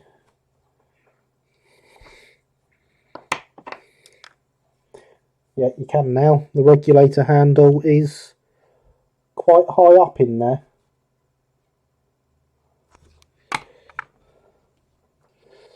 True, it's just like my culture. I'm amazed it isn't in the national anthem. It is, it's in that verse about cups of tea.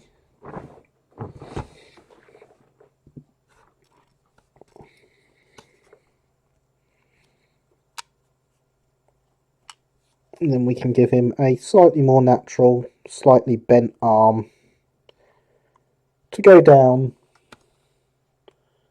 the other side of his body.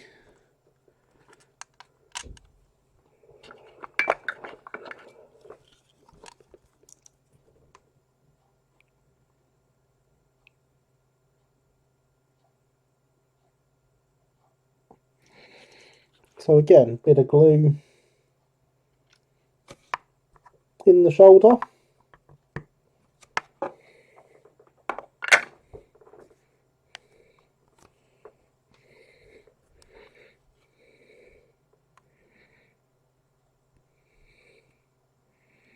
Put the arm in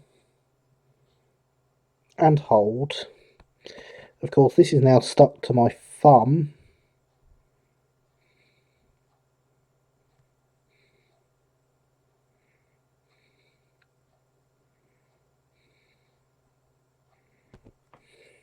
See?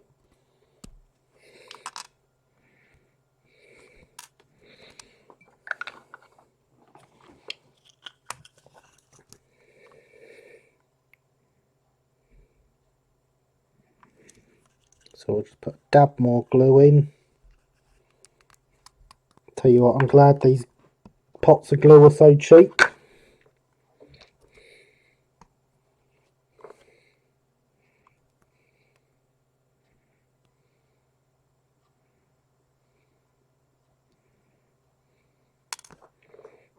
Come back, arm.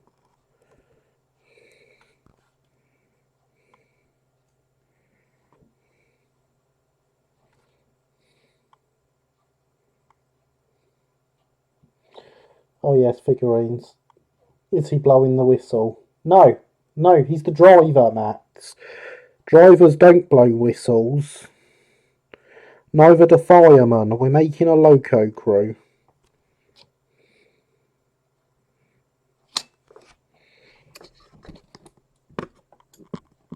He stands in a cab and reaches for the regulator.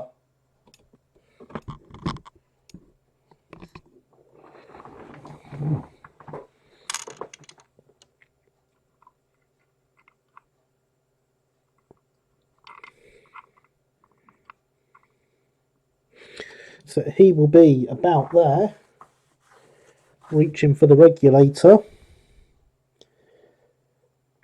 And I think we will put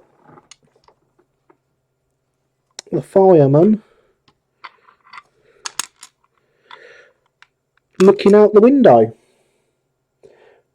Technically, they do like, well, yes, but they don't blow that whistle. The loco blows the whistle. Things I do not understand. Why Slaters mod floor planking on a kit, but don't mod the planking on the insides of the sides. Yeah, that is rather odd, Linny. It is indeed. No one on the footplate of a loco blows their whistle, at least I hope not. Exactly, Luke. Suddenly a new mod appears. Yes! If people are going to help the mods, why not just give them mod powers, Alex? It works just as well.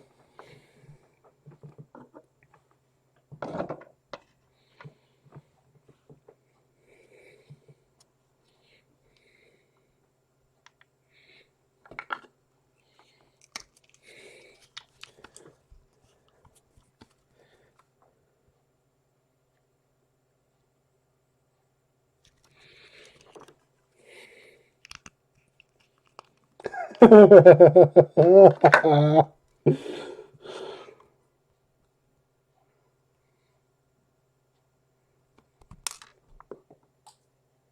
there goes his head onto the floor. Let's see if we can find a head on the floor. There it is. That were quick.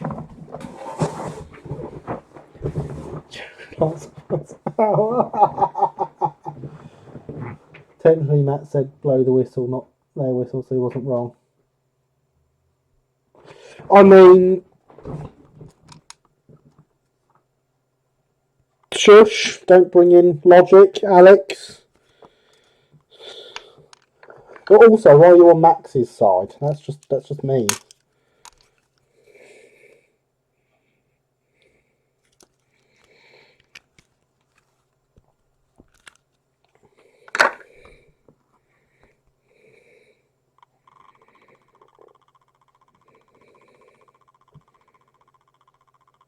Let's try and not drop your head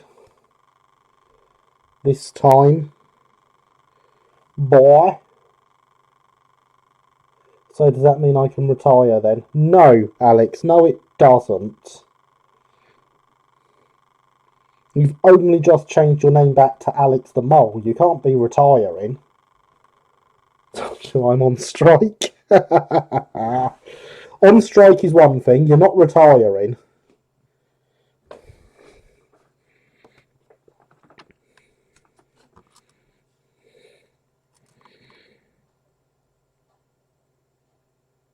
I think that's going to be too high, because what we need to do here is get his arms so they're just the right height, but they're above the handrails there, because they are the same height as the sides of the cab. So if I can do that, then he can be leaning on the side of the cab.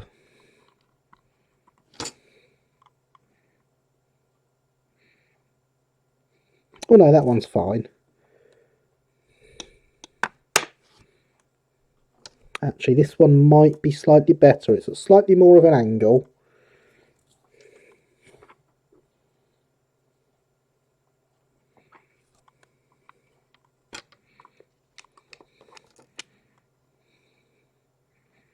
Yeah, that one's better. Right then.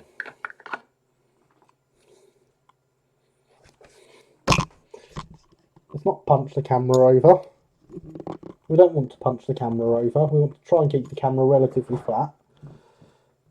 I've handed out pamphlets, sat on the picket line on my third rendition of the International. Can never have too many mods. Do I retire then? No, Christopher, you don't. First, called it because you like Underground Railways. I love the Underground, but that's not why I'm named as such. No one gets to retire. I mean, I don't know why you're so desperate to retire. Have you seen the pensions you're getting?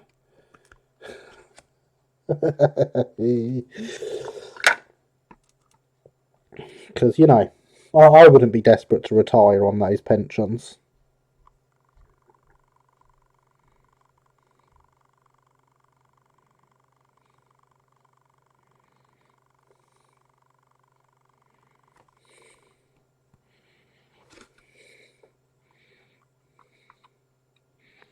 Yeah, there we go. We got the right height. So now, if I take this arm, I can do exactly the same on this side and have him just lean in on the cab side. Can I retire? No, Luke, you can't. You would have to be a mod to retire.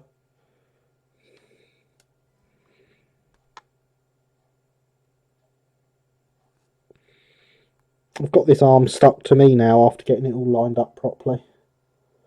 Luke, you can have my other temptation to tempt down you then, Luke.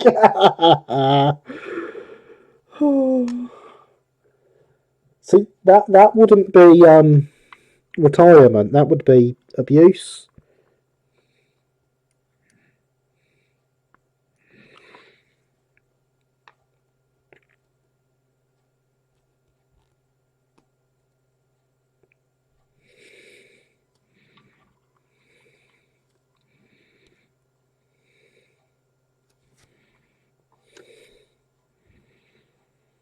Right then, let's get this arm on.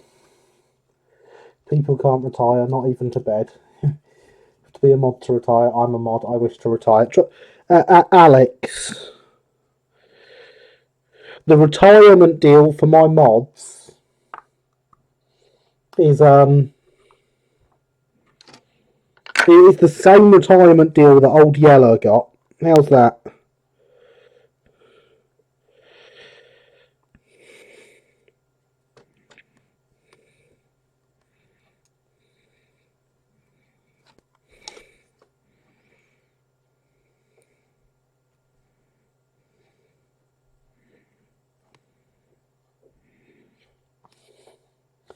Really, you are my replacement.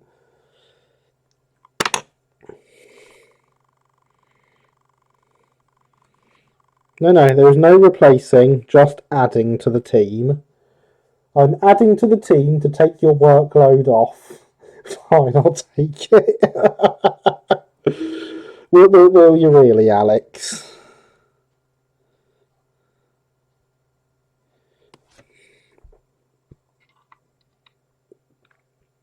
Yeah, there we go. We are happy with them.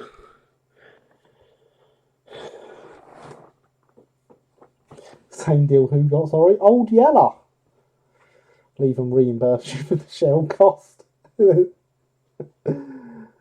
I get a raise? No, we don't do raises here. This is a slave labour camp. Sorry.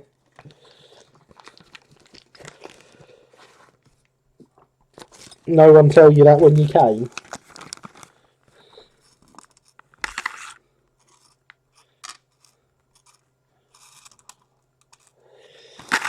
It's worth a try though, I suppose.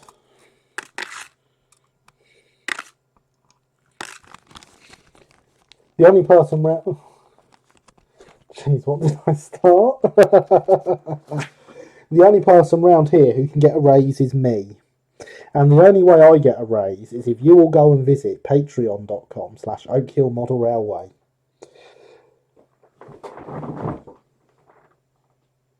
Oh, God, I feel dirty even doing that plug. But, you know, if you really want to, all the money goes to the stream, so it's not like I'm actually taking money out of it. Who is Old Yeller? Oh, Old Yeller's a dog that got taken round the back. Can I get a lower? Yes, you can, Harry. Yes, you can. Hydration is important.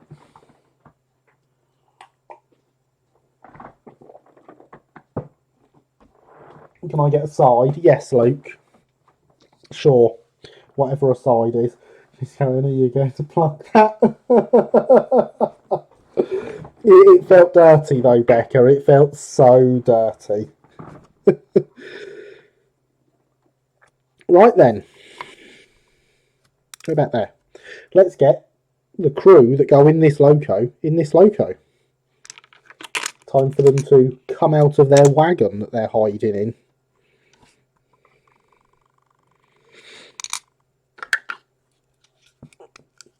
Remember, kittens, flux is important. That is very true, James. That is very, very true.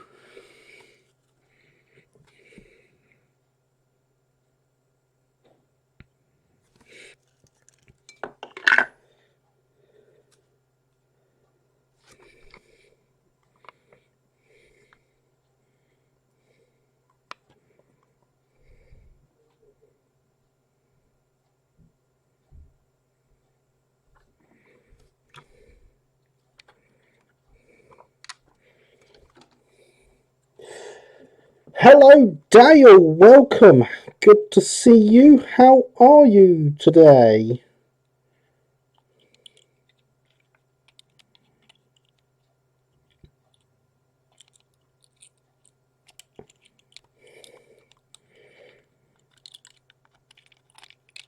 Oh, this is what I mean about these bits that are everywhere.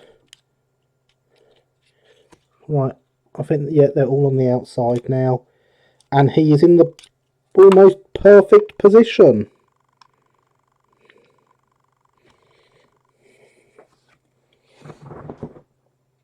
I went old school today, listened to a sports game on the radio. I don't even get that far with sports, Max. Good sir, how are you? I am quite good, thank you, Dale. It's good to have you here. Right, and this guy can go just over there.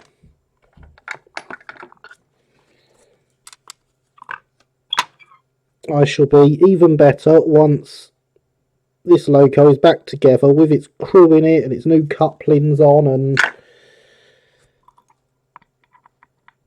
all these other things it's getting. And I know that it's okay.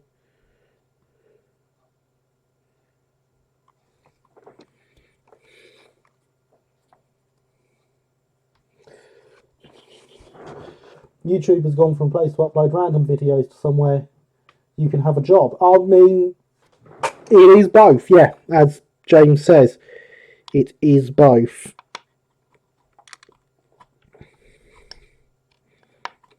And it is very strange that YouTuber is a job.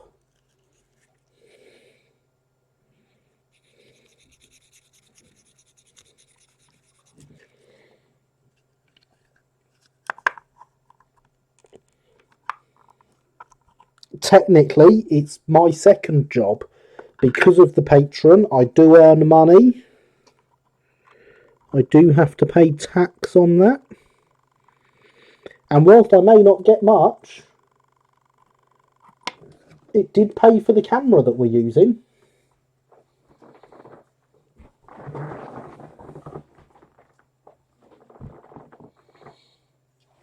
And it really is a case of every little helps when it comes to the Patreon. And I very much appreciate it. So I'm just going to drop another thank you in there to everyone that does support it and everyone that may support it in the future. You are fantastic people. Right, now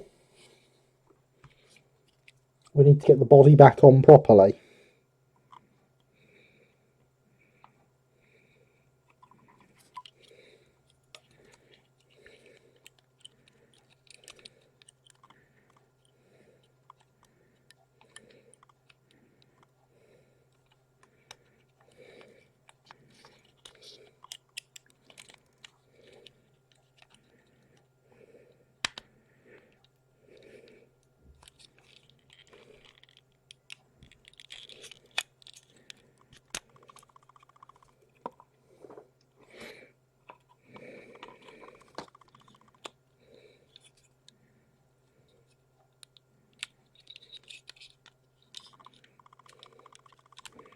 Which on these locos requires Lots of looking at what you're doing, lots of looking at what you're not doing.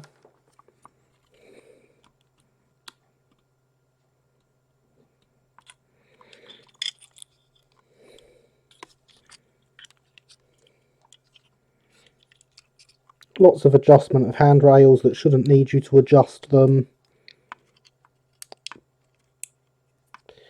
But odd designs from Hattons.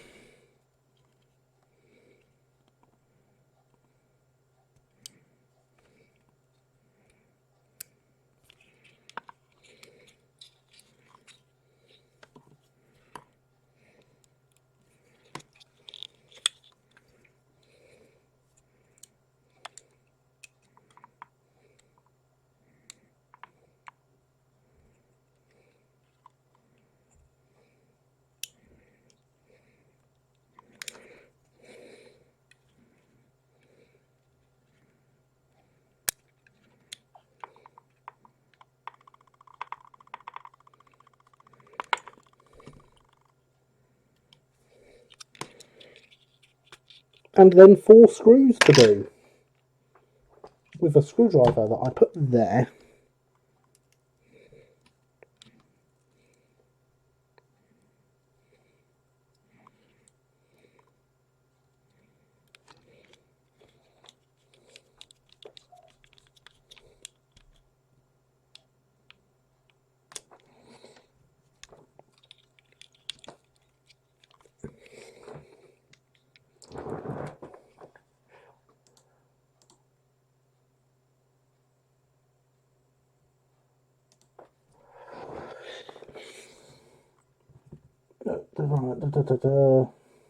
Found a baggage motor. I've posted some bits on Discord. Should be able to identify what type it is. I mean, I'm sure plenty of people will have a look at telling you, have you? LIRR stop rules from PRR. By the way, I'll draw thank you to my non-existent patrons. There are now 20 of them. Car 20. I only have 3 real patrons.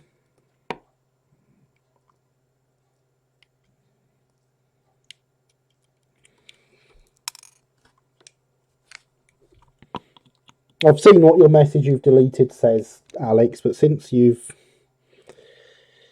deleted it, I shall not respond. Gosh, that's fiddly work. Yes, James. Yes, it is. I love how some of your logos in the UK are nicknamed after dogs. We get pretty boring names over here, but cool classes. I mean, it wasn't a big thing naming locos after dogs. The terriers weren't even called terriers in pre-grouping days. They were called routers. And they got the name terriers because they bark. And they do. You listen to them. Their exhaust has a bark. Those handrails are such a stupid design choice. Literally one of the worst design choices I have ever seen. All sorts of weird nicknames for UK logos throughout history. That is very true.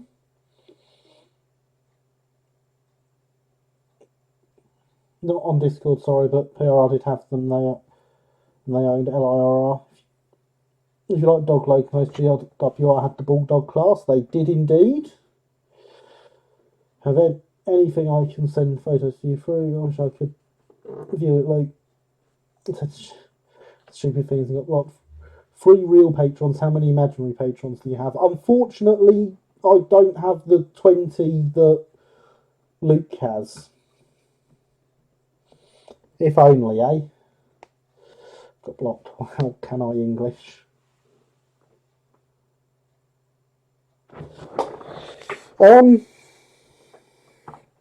Well, I could make some joke about Americans here if I wanted to, Max.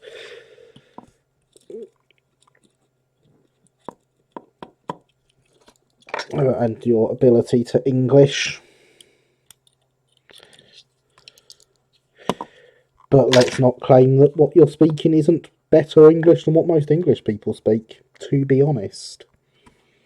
Right, so in theory, this one's now just going to slide on. It might take a bit of force to push into place, but it's going to go on quite nicely.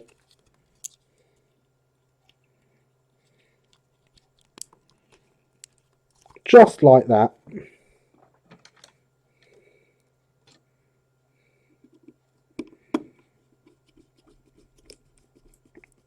And we're going to be able to screw it in.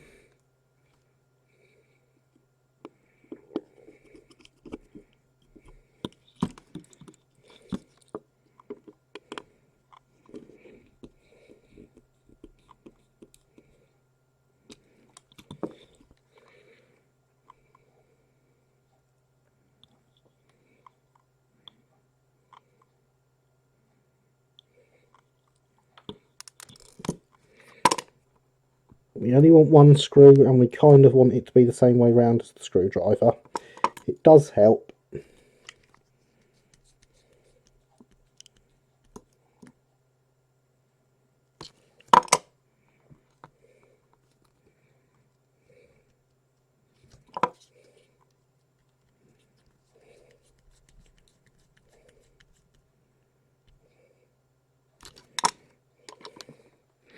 And there we are. Bar a few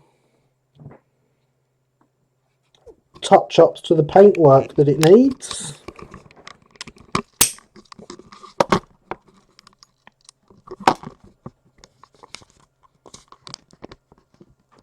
We now have a P-Class from Hatton's, fitted with scale couplings, fitted with its detailing pack. There are oil cans, etc. on the tank top, fitted with a lamp iron, correct for my layouts, fitted with a crew, fitted with real coal. So it just needs a couple of bits touching up and a little bit of weathering. Isn't she beautiful? I'm very happy with that. Oh, of course, etched numbers on the tank, and you can see from that shot that the etched numbers very, very well as they shine in the light coming off my lamp.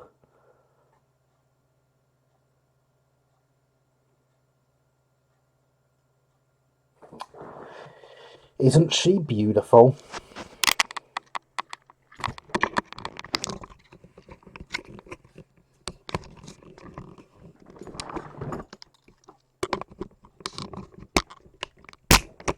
There we go. Camera back away in the tripod. Does look nice. Be splendid to see that on the layout running and being splendid. Thank you, James. I'm gonna have to get some ratio four-wheel coaches for myself to modify into Southeastern and Chatham four-wheelers. 2 brake thirds, a composite and a third class, I believe, is what I need. I mean, if anyone wants to donate some, then feel free. Seasick camera. Yeah, it wasn't very easy to get it back into the clip for some reason. Lovely peas in a pod. Thank you, Killian. Hope you are well this evening. Been very quiet. Hydration is important, everyone.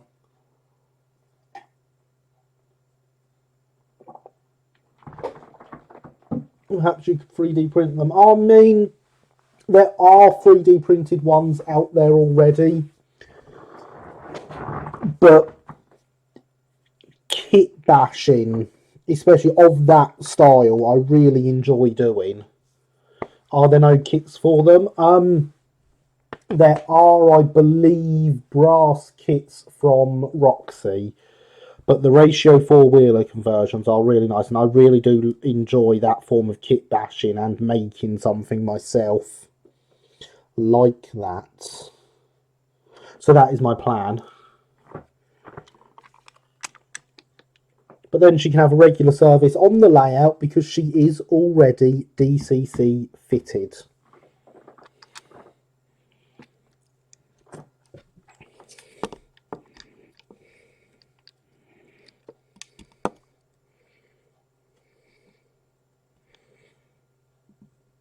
This one's going to be very easy to get a coupling on the back because there's lots of room there. The front I'm not so sure about, so we'll leave that for now. Prefer kit bashing to kit building.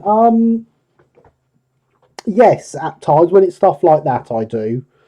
I really enjoy the bash of things like that. And of course they are really nice kits to start with anyway.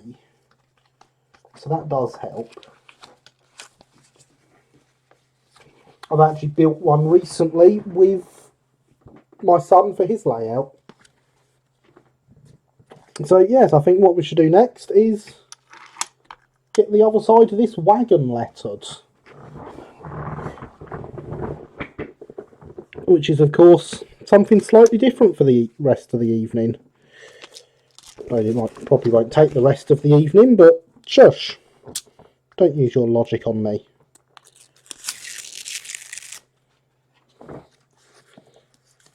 These are HMRS press fix transfers. And we need to match this side. Where's my sheet of card gone? There it is. Still doesn't want to give us that number very well, does it? There we go. So we want to match this side of the wagon. On the other side, I can then get some photos taken of it and sent off to Tom.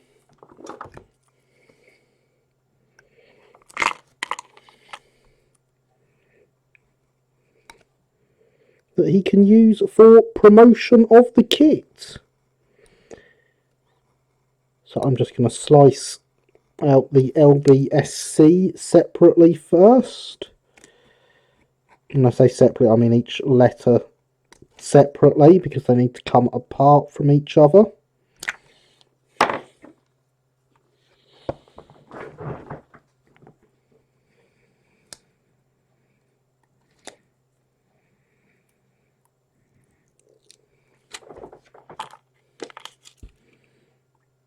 That's it, we're sitting one plank from the top.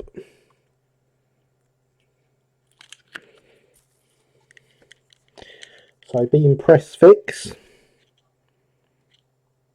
obviously get them where we want them. And then press them down.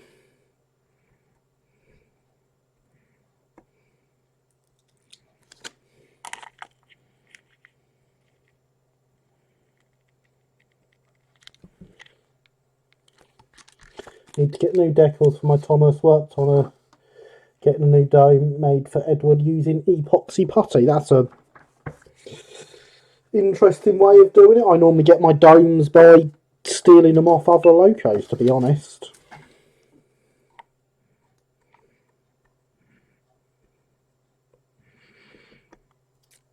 We have many a donor loco that is just there to serve as parts.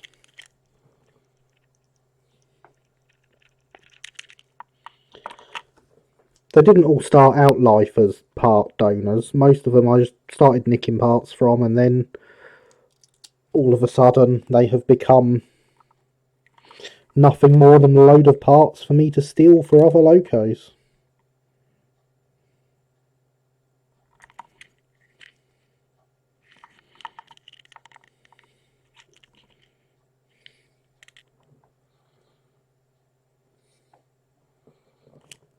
Gosh, those press fix transfers look challenging. You have to get them aligned perfectly first go. No, not at all. I could take these back off again now and then put them back on, James.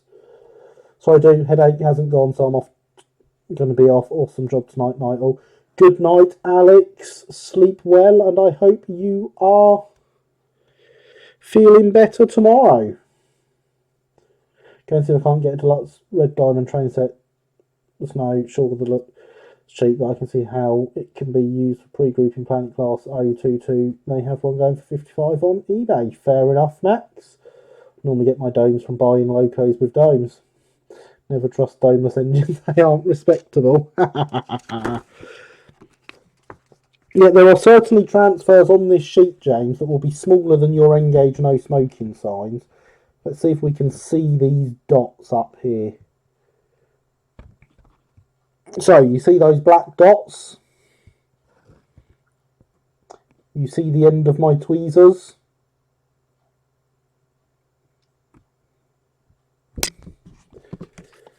How could you take them off again? I could literally just peel them off like that.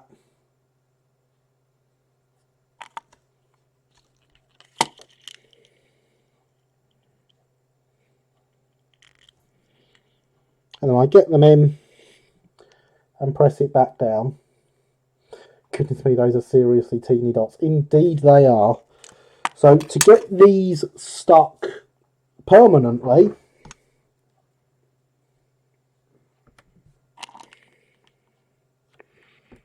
we apply some water to the transfer paper.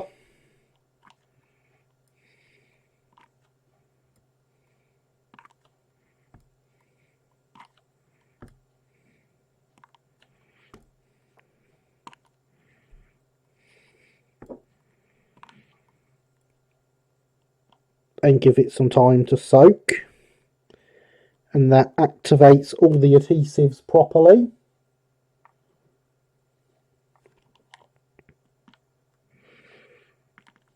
And then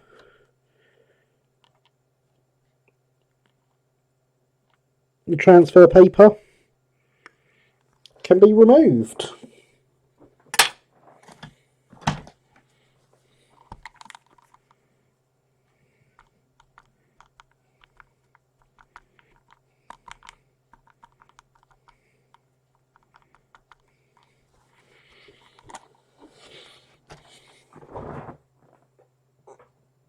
I'd like to see those dots in Engage. Well, they are the dots for in between the tear numbers, so seriously tiny, yes. Interestingly, still perhaps not the easiest adjustment of water slide, but better than rub on. So saying about Great Western Railway, it wasn't originally Thomas, but an official from GWR came up with it in real life. Lots. The advantage these have over water slide, James, though, is that there is no backing. The transfer is only the letter. So you don't get any backing to see, because there just isn't any backing there around the letters. Those letters do look good, thank you, James, and that's an interesting press fix tutorial. Thank you, I'm glad you enjoyed it. So next we have 6883 on the second plank, which I believe is all still coming off my original sheet.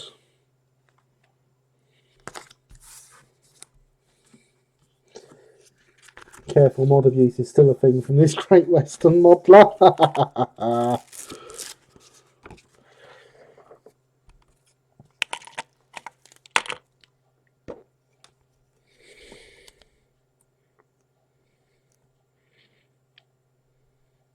Yes, I do still have plenty of them on here.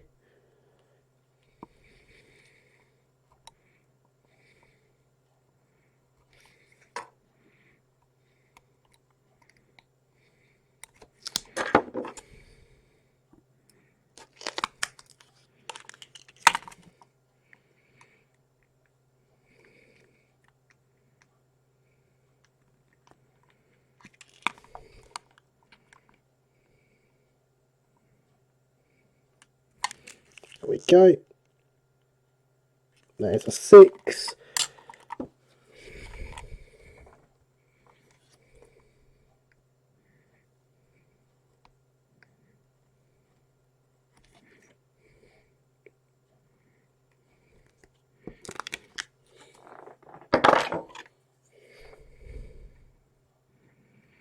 There's an 8, and this will be the time to watch, Jay. So I'm going to put this on.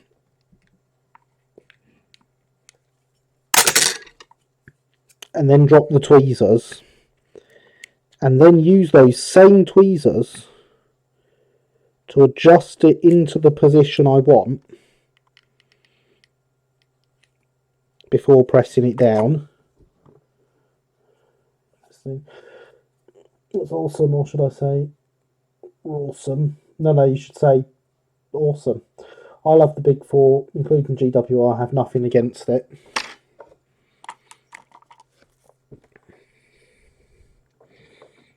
Can't believe you just made me say that, Max.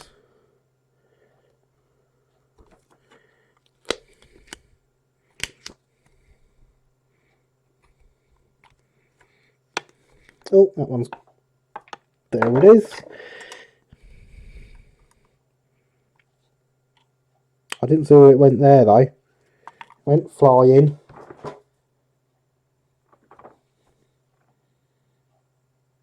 There it is, I see it now.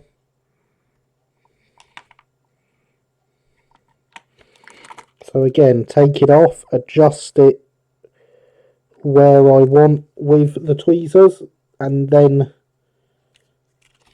press it down. Speaking of the GWR, James May uploaded his final bit to the Cardiff Castle restoration. Need to go over watching it again, missed so many bits from the final part. I've already watched it, Max. And the bot says to remember, hydration is important.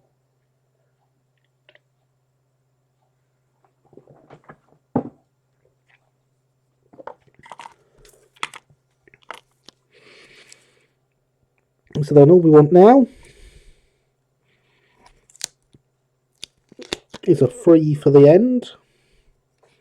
I'm hoping that's a bit of blank there.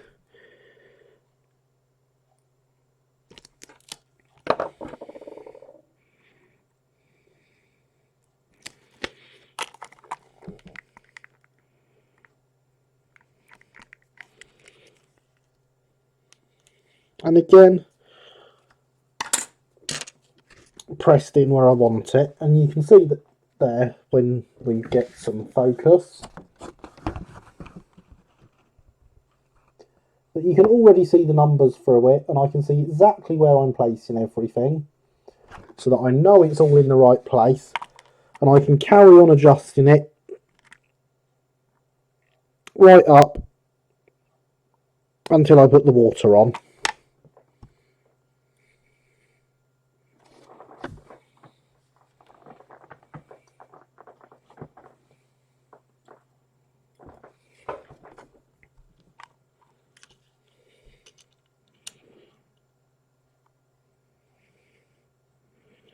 And then after being given a couple of seconds to soak, that transfer paper just comes straight off. And we have our number. So then we're going to add the tear to the bottom, which is 5, 12, 1. And we're going to get that in this space here, underneath the L.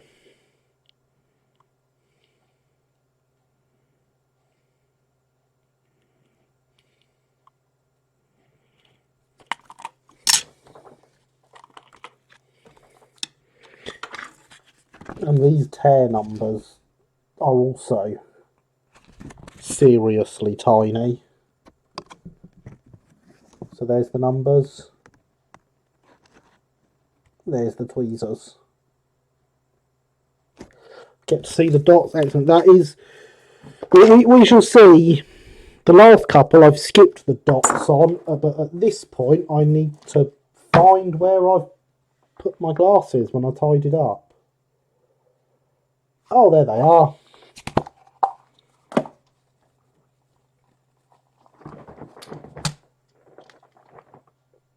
Now I can see the letters that we're working with. Right, there's no 5s there. Because they get slightly bigger above that. Get this bit of paper out of the way.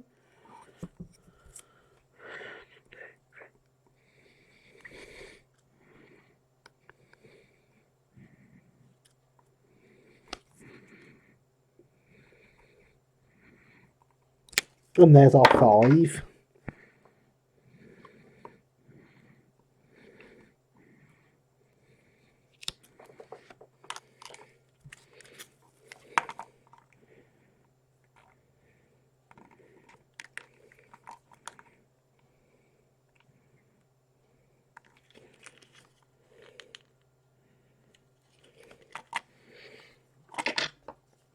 And we'll get the 12 on.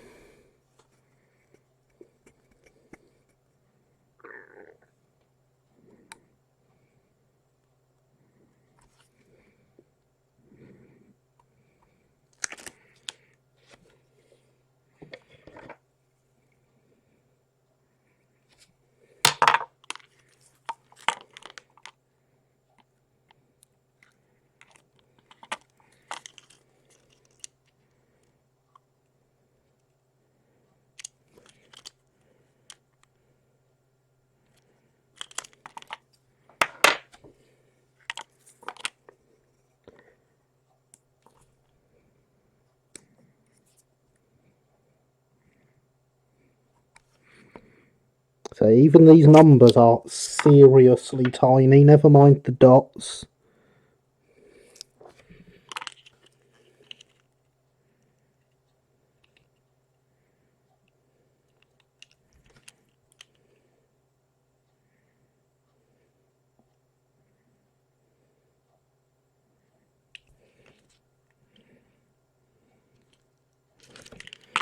And another 1. It was 5, 12, 1, wasn't it? Yes.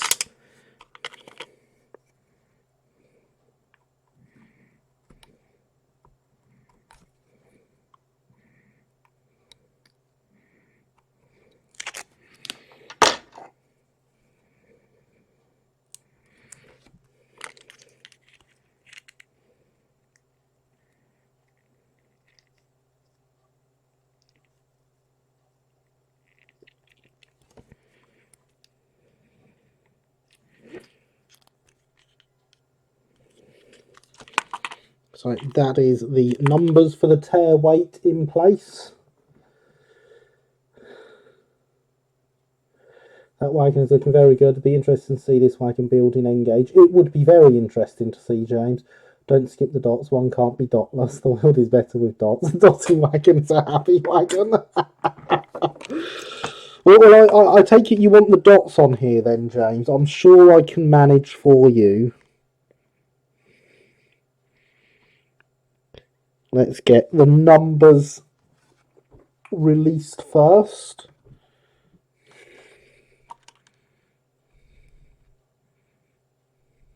Oh, I never pressed that one down enough, apparently. That was silly of me.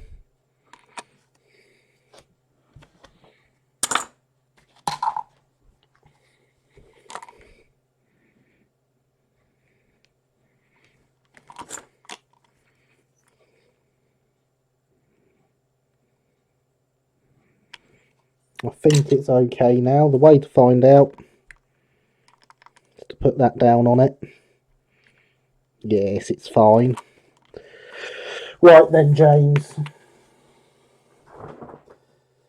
Looks great. How's the K-Class coming along? You'll see when the videos go up, Max. There is a video for the K-Class going up on Tuesday. That will be part 3. So you'll find out how it is then. Just for you, James, we shall get these dots on. And these are the white ones that you couldn't even see on camera when I showed the sheet. There's one of them hanging on the end of the knife. That is the transfer paper you can see, not the actual dot.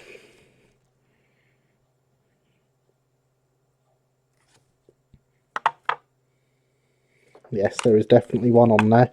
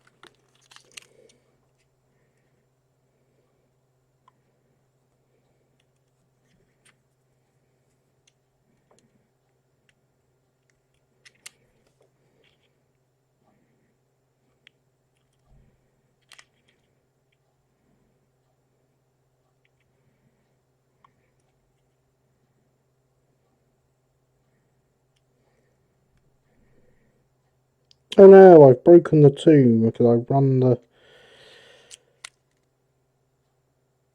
end of the tweezers through it there. That was silly.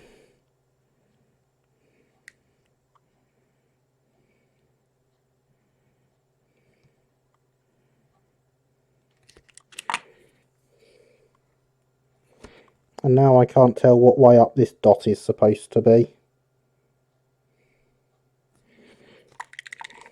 I think it's that way.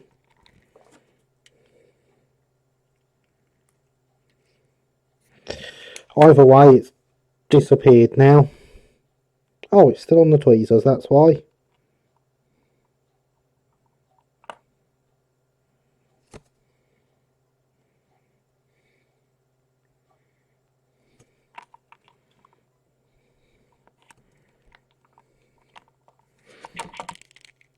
Right then, there's our dots in place.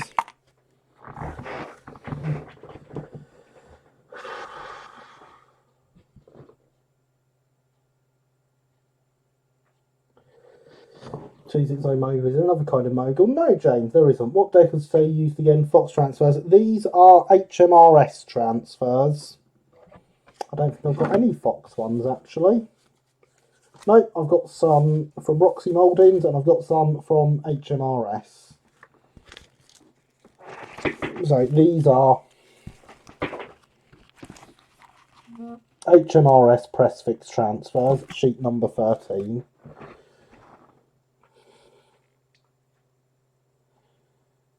Bad spelling out my end. Need to wait and then it'd be happy. I'll do number 2 is always better unbroken, I find.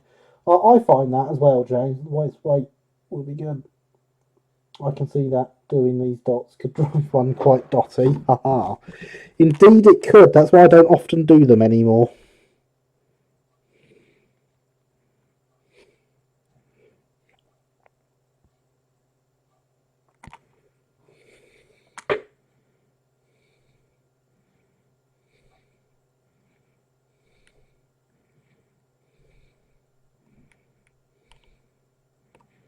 There we go. The transfer paper is off.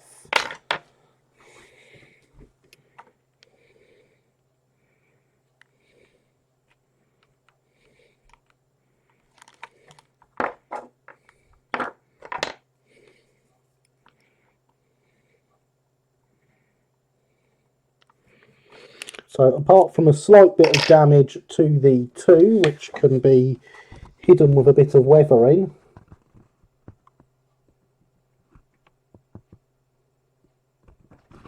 oh come on, focus, our tear weight is now on, including tiny little dots.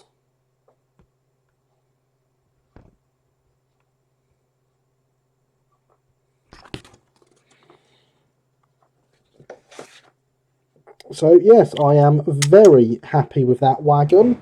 That can now be set up on a layout and photographed for Tom. Because of course these wagons will be available from Tom at some point in the future. This was a test build that I am now happy to call complete.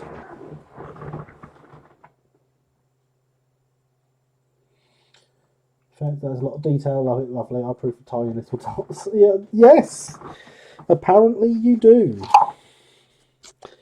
And I must say, it does look very good.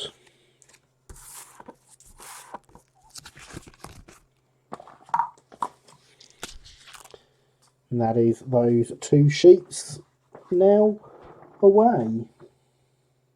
Look good being hauled by the P-Class. Well, you know, now that the P-Class has its proper couplings on it,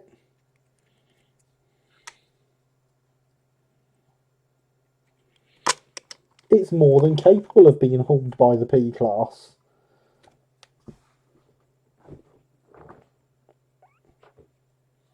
I must say, it's a rather fantastic job done there. That one wagon is probably all the real one could pull. That's not very nice, James. That's not very nice at all. You know, I've driven a P-Class. Lovely engines.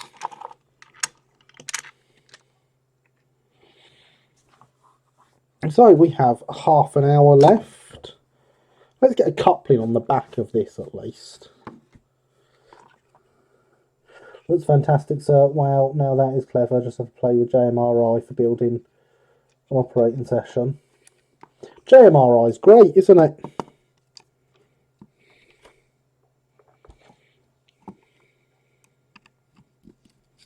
I don't usually use its automation features, so I couldn't comment on them.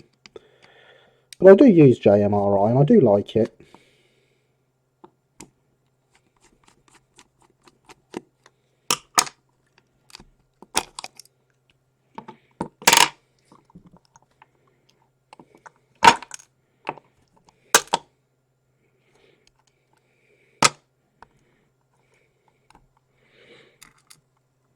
This one hasn't been DCC fitted. Gosh, was it pulling more than one wagon at the time? 2 bogey coaches, James. Not one, but 2 bogey coaches.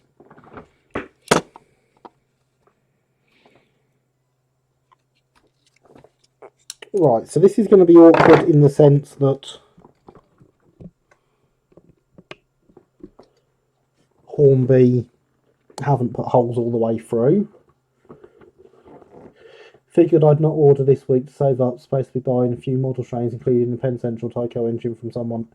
Tyco 040 saddle tanks with a few models. Fair enough, Max. It's not good for automation. It's good for decoder programming and being a control panel. Well, that's normally what I use it for, James. So I'll take your word on that. So I know people that... I know it's got the automation stuff built in, but I tend to completely ignore that because of my layouts aren't big enough to need it. It is, I like the manifest builder, it gives some purpose to me playing trains. Gosh, 2 carriages, that's a heavy load for one of those. There's some videos of it on my YouTube channel, James. Okay, so it's nice and easy to pull the cosmetic couplings out. That's good. What's the size of the hole like that is left in its place? Let's find out.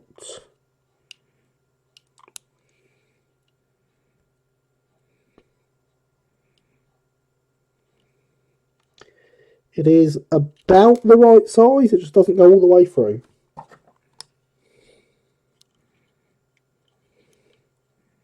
That's too big a drill bit on there. Where's my drill bits? And do I have one the right size? The one I would expect to be the right size for this would normally be stuck on the top of my anvil. It is not. That is not good.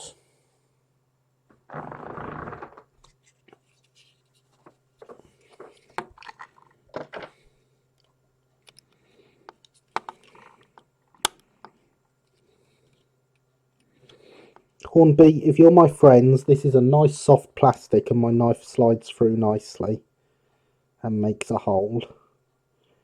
It does not look like we are friends, Hornby. That is a shame.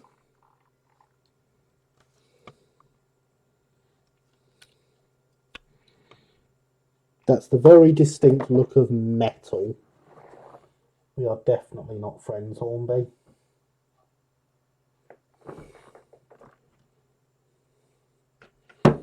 Especially if I can't see my drill bits.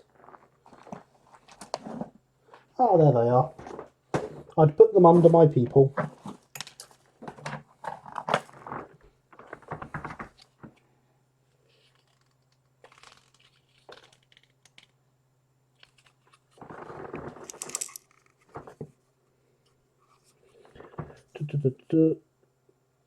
There's very basic automation stuff built in, but still anything you need to write a substantial piece of software from the ground up in a scripting language. Oh, fun! Not even abstractions for scales, for schedules. Oh, fair enough, Jace. I think I'm going to have to head to bed. It's been great watching Night. Oh, good night, Linny. Thank you for coming by. It has been very much appreciated. Can't wait to see you get those done. Got a ratio signal box today for my upfield layout. It nearly looks Looks nearly identical, just needs a couple of changes. Yes, the ratio one is quite close to the Brighton design. Oh, that's not a proper drill bit, that's a snapped drill bit. That's no good. Not any of good one, don't fall out with Hornby. Hornby make lovely things usually. I mean, I don't want to fall out with Hornby, but I'm already not a fan of their boss.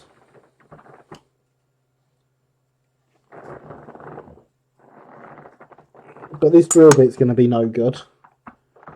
It's basically just the handle. It's basically just a rod these days.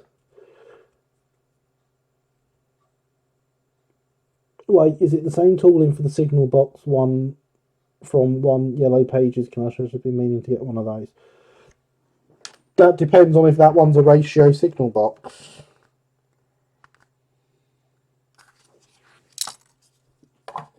You look like a complete drill bit.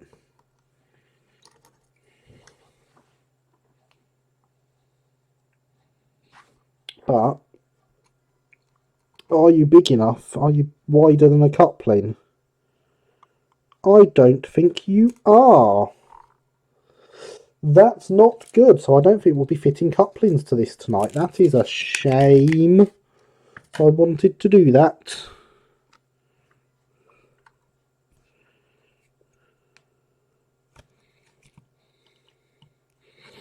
Because this should just need the bump that sticks out the front smoothing down, and then that will be okay to accept a coupling. At the front,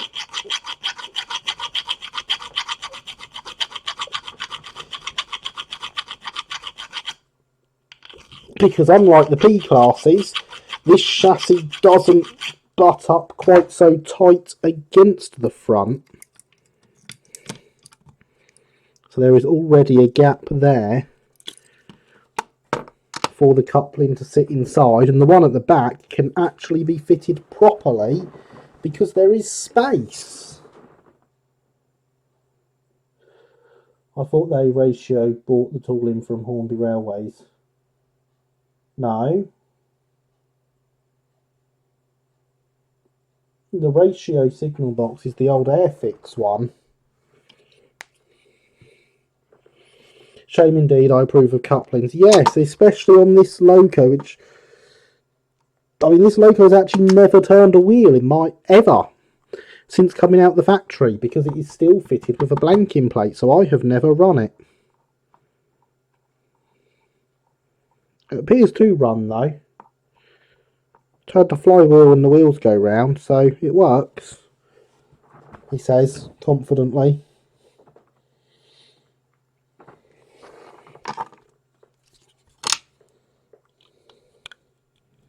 Oh, I've loosened you, haven't I? Okay, makes sense. Yeah, well, the ratio signal box is a kit. It's a very nice kit, and is very close to a Brighton design.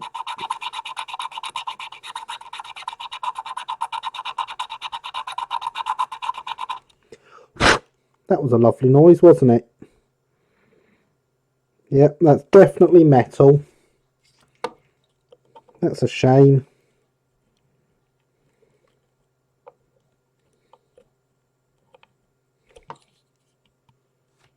Is that a flywheel? Yes. Yes, it is.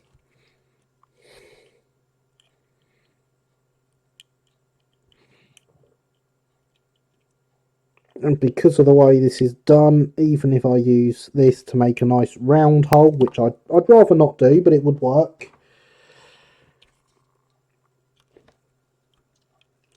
I twist the drill and the drill bit stays in place.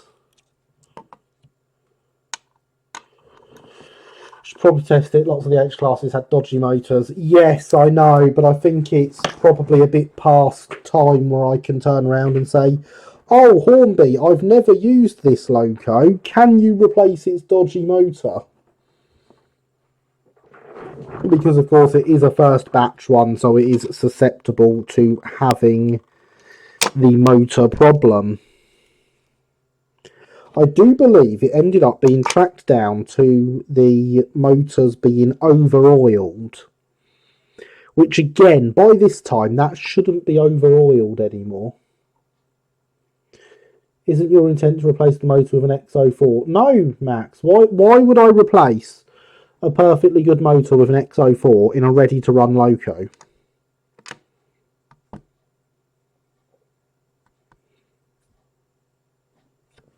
My kit builds and stuff where I can put an XO4, yes, brilliant, let's put an XO4 in them. But I'm not taking motors out of ready-to-run stock and putting an XO4 in them. That's a silly idea. It would be very silly. You know, these things are built this way for a reason. I'll get much better running out of this as is than if I put an XO4 in it. Because something being old does not necessarily make it better.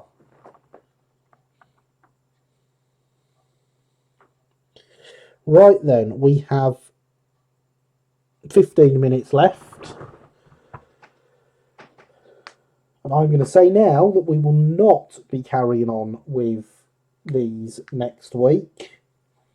The wagon is done, and the jobs for the locos are all really tools that would be much better done, jobs much better done with power tools. So they shall be done off camera.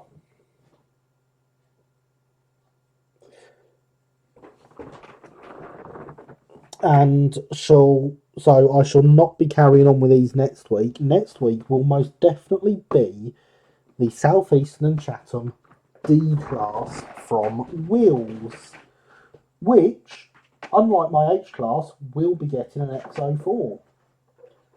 Actually looking around for the kit now and can't see it. Maybe it's because my glasses give me shorter vision.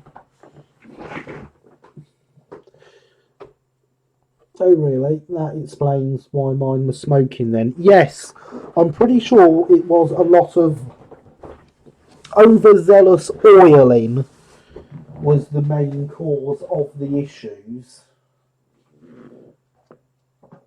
Ah, there it is. So hopefully this one should be alright, just from the sheer amount of time it has been sat around.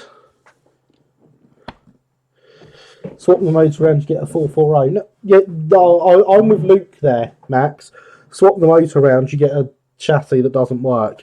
If you swap the whole chassis round, you get a 440. But I don't want a 440. Look, the body doesn't go back on properly. So it doesn't work.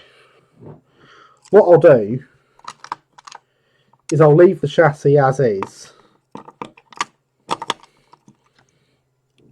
Put the body back on it and have a 044. Stupid blooming sanding pipes.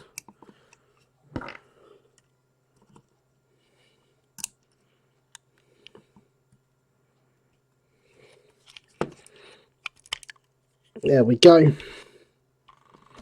So we shall put this back together.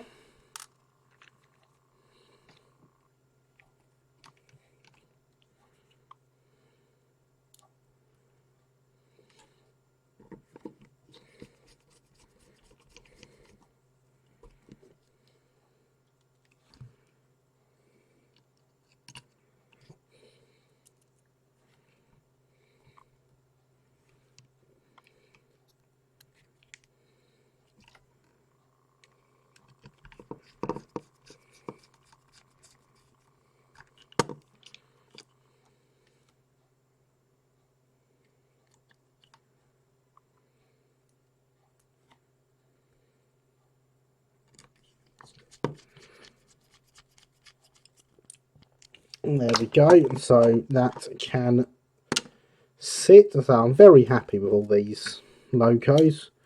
Pop those couplings back in the wagon for now.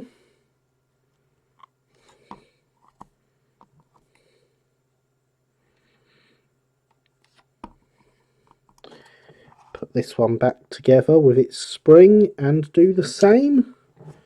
So yes, it doesn't feel like we've done a lot tonight, but it was a rather awkward job. We have done reasonably well, I think. We have 10 minutes to go.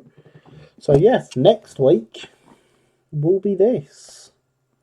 Finally, I hear everyone say. And what a fantastic loco to be moving on to it is. And there is Garybot wanting you to smash the like button, everyone. Or, you know, tap it gently. I have also added some extra bits into here. They're the crank pins. They're not what I was hoping they were.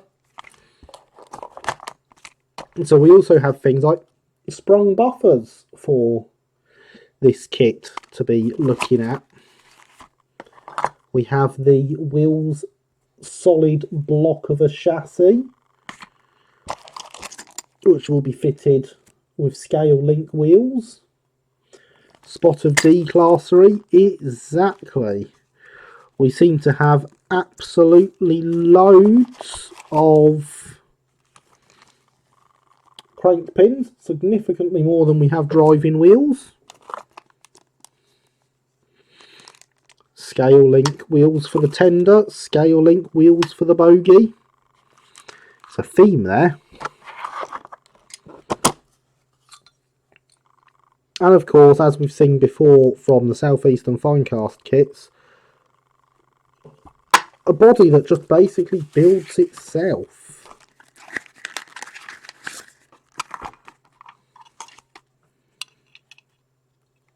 I mean, look at that. We just need to add the saddle under the smoke box there. It's already a D-class. You approve of sprung buffers. Excellent. I am glad to hear it. So yes, that will be next week's stream, and I am rather looking forward to it. I cannot wait to have this going. And of course, Tuesday this week will be a look at the K-class. There's another practical tutorial. In fact, there's two practical tutorials in this week's video. So I need to get that uploaded because it is still just sat on my laptop waiting for me to upload it to YouTube. Ideally, I need to do that before Tuesday. So I hope you are all looking forward to seeing the progress that has been made on the K-class. I'm not giving anything away. So don't ask, Max. You will see if you watch Tuesday's video. In fact, you only commented on the first part, Max. Have you seen the second part yet? You want to make sure you watch the second part, because that has a how-to in it as well.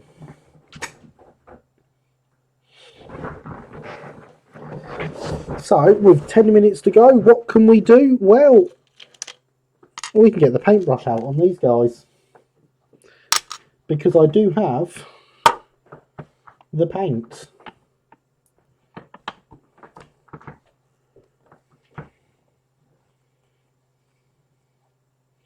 Certainly am looking forward to it. Excellent, Christopher. I'm glad to hear it.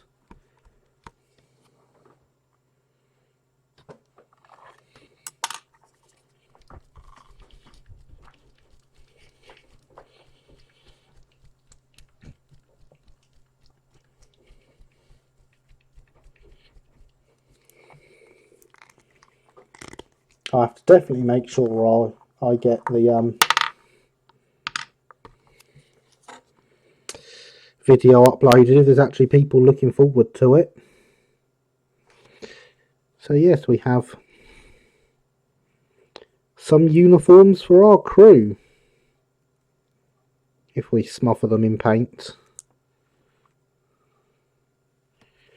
Way too much paint.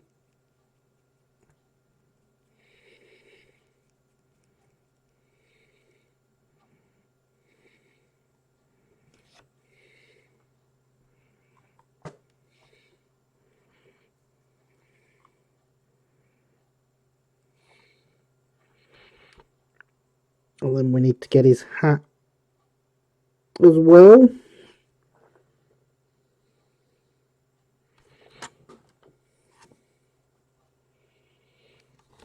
There was so much paint, in fact, look, I'm going to take some off of there instead of going back to the pot.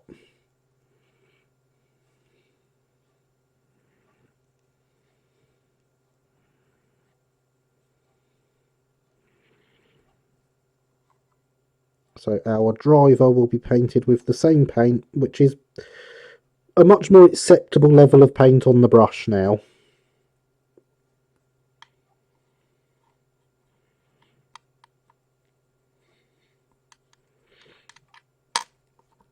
So again, I have shown that you can paint a figure with too much paint. It does work. It's not advisable, but it does work. But remember, I make these mistakes, so you don't have to.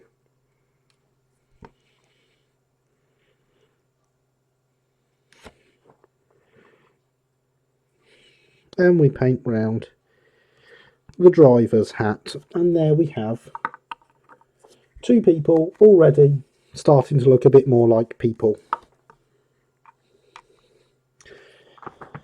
Which is always a good thing. And I shall remind you now that hydration is important.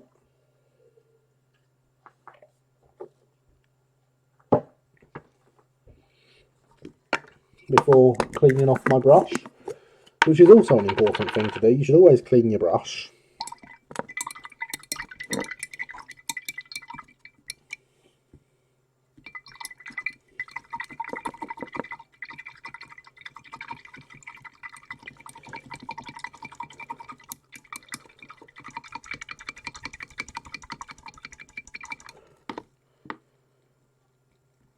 So this will be the crew for Primrose, number 27. When she is done, I still have another P-class to do all these same things to as well, because I do have number 323 Bluebell as well in her current Bluebell Blue.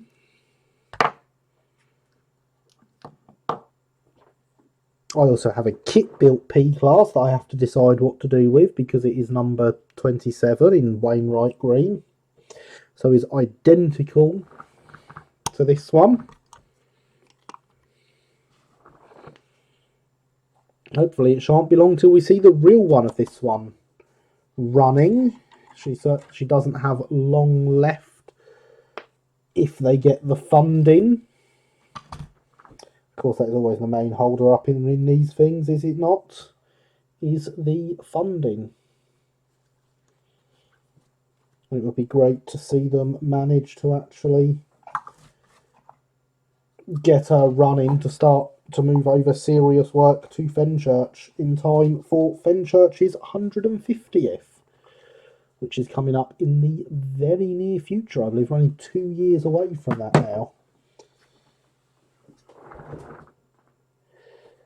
So yes, there we are with what should be 4 minutes left. Love to see Bluebell in the livery at War in the 90s. That would be great if they got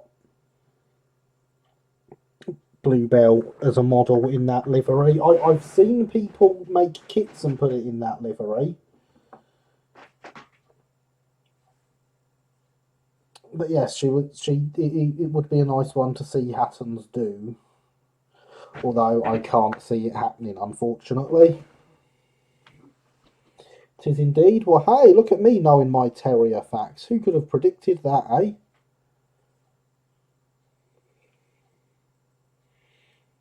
No one would have known that I would know terrier facts. Would they?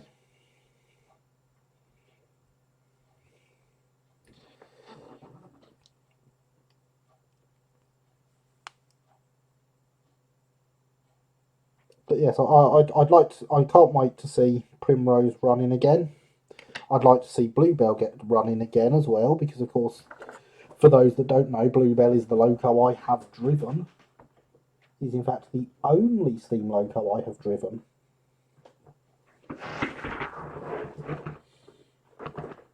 Maybe once Fenchurch is running, I'll get to drive a terrier. I'm sure there'd be ways to arrange that.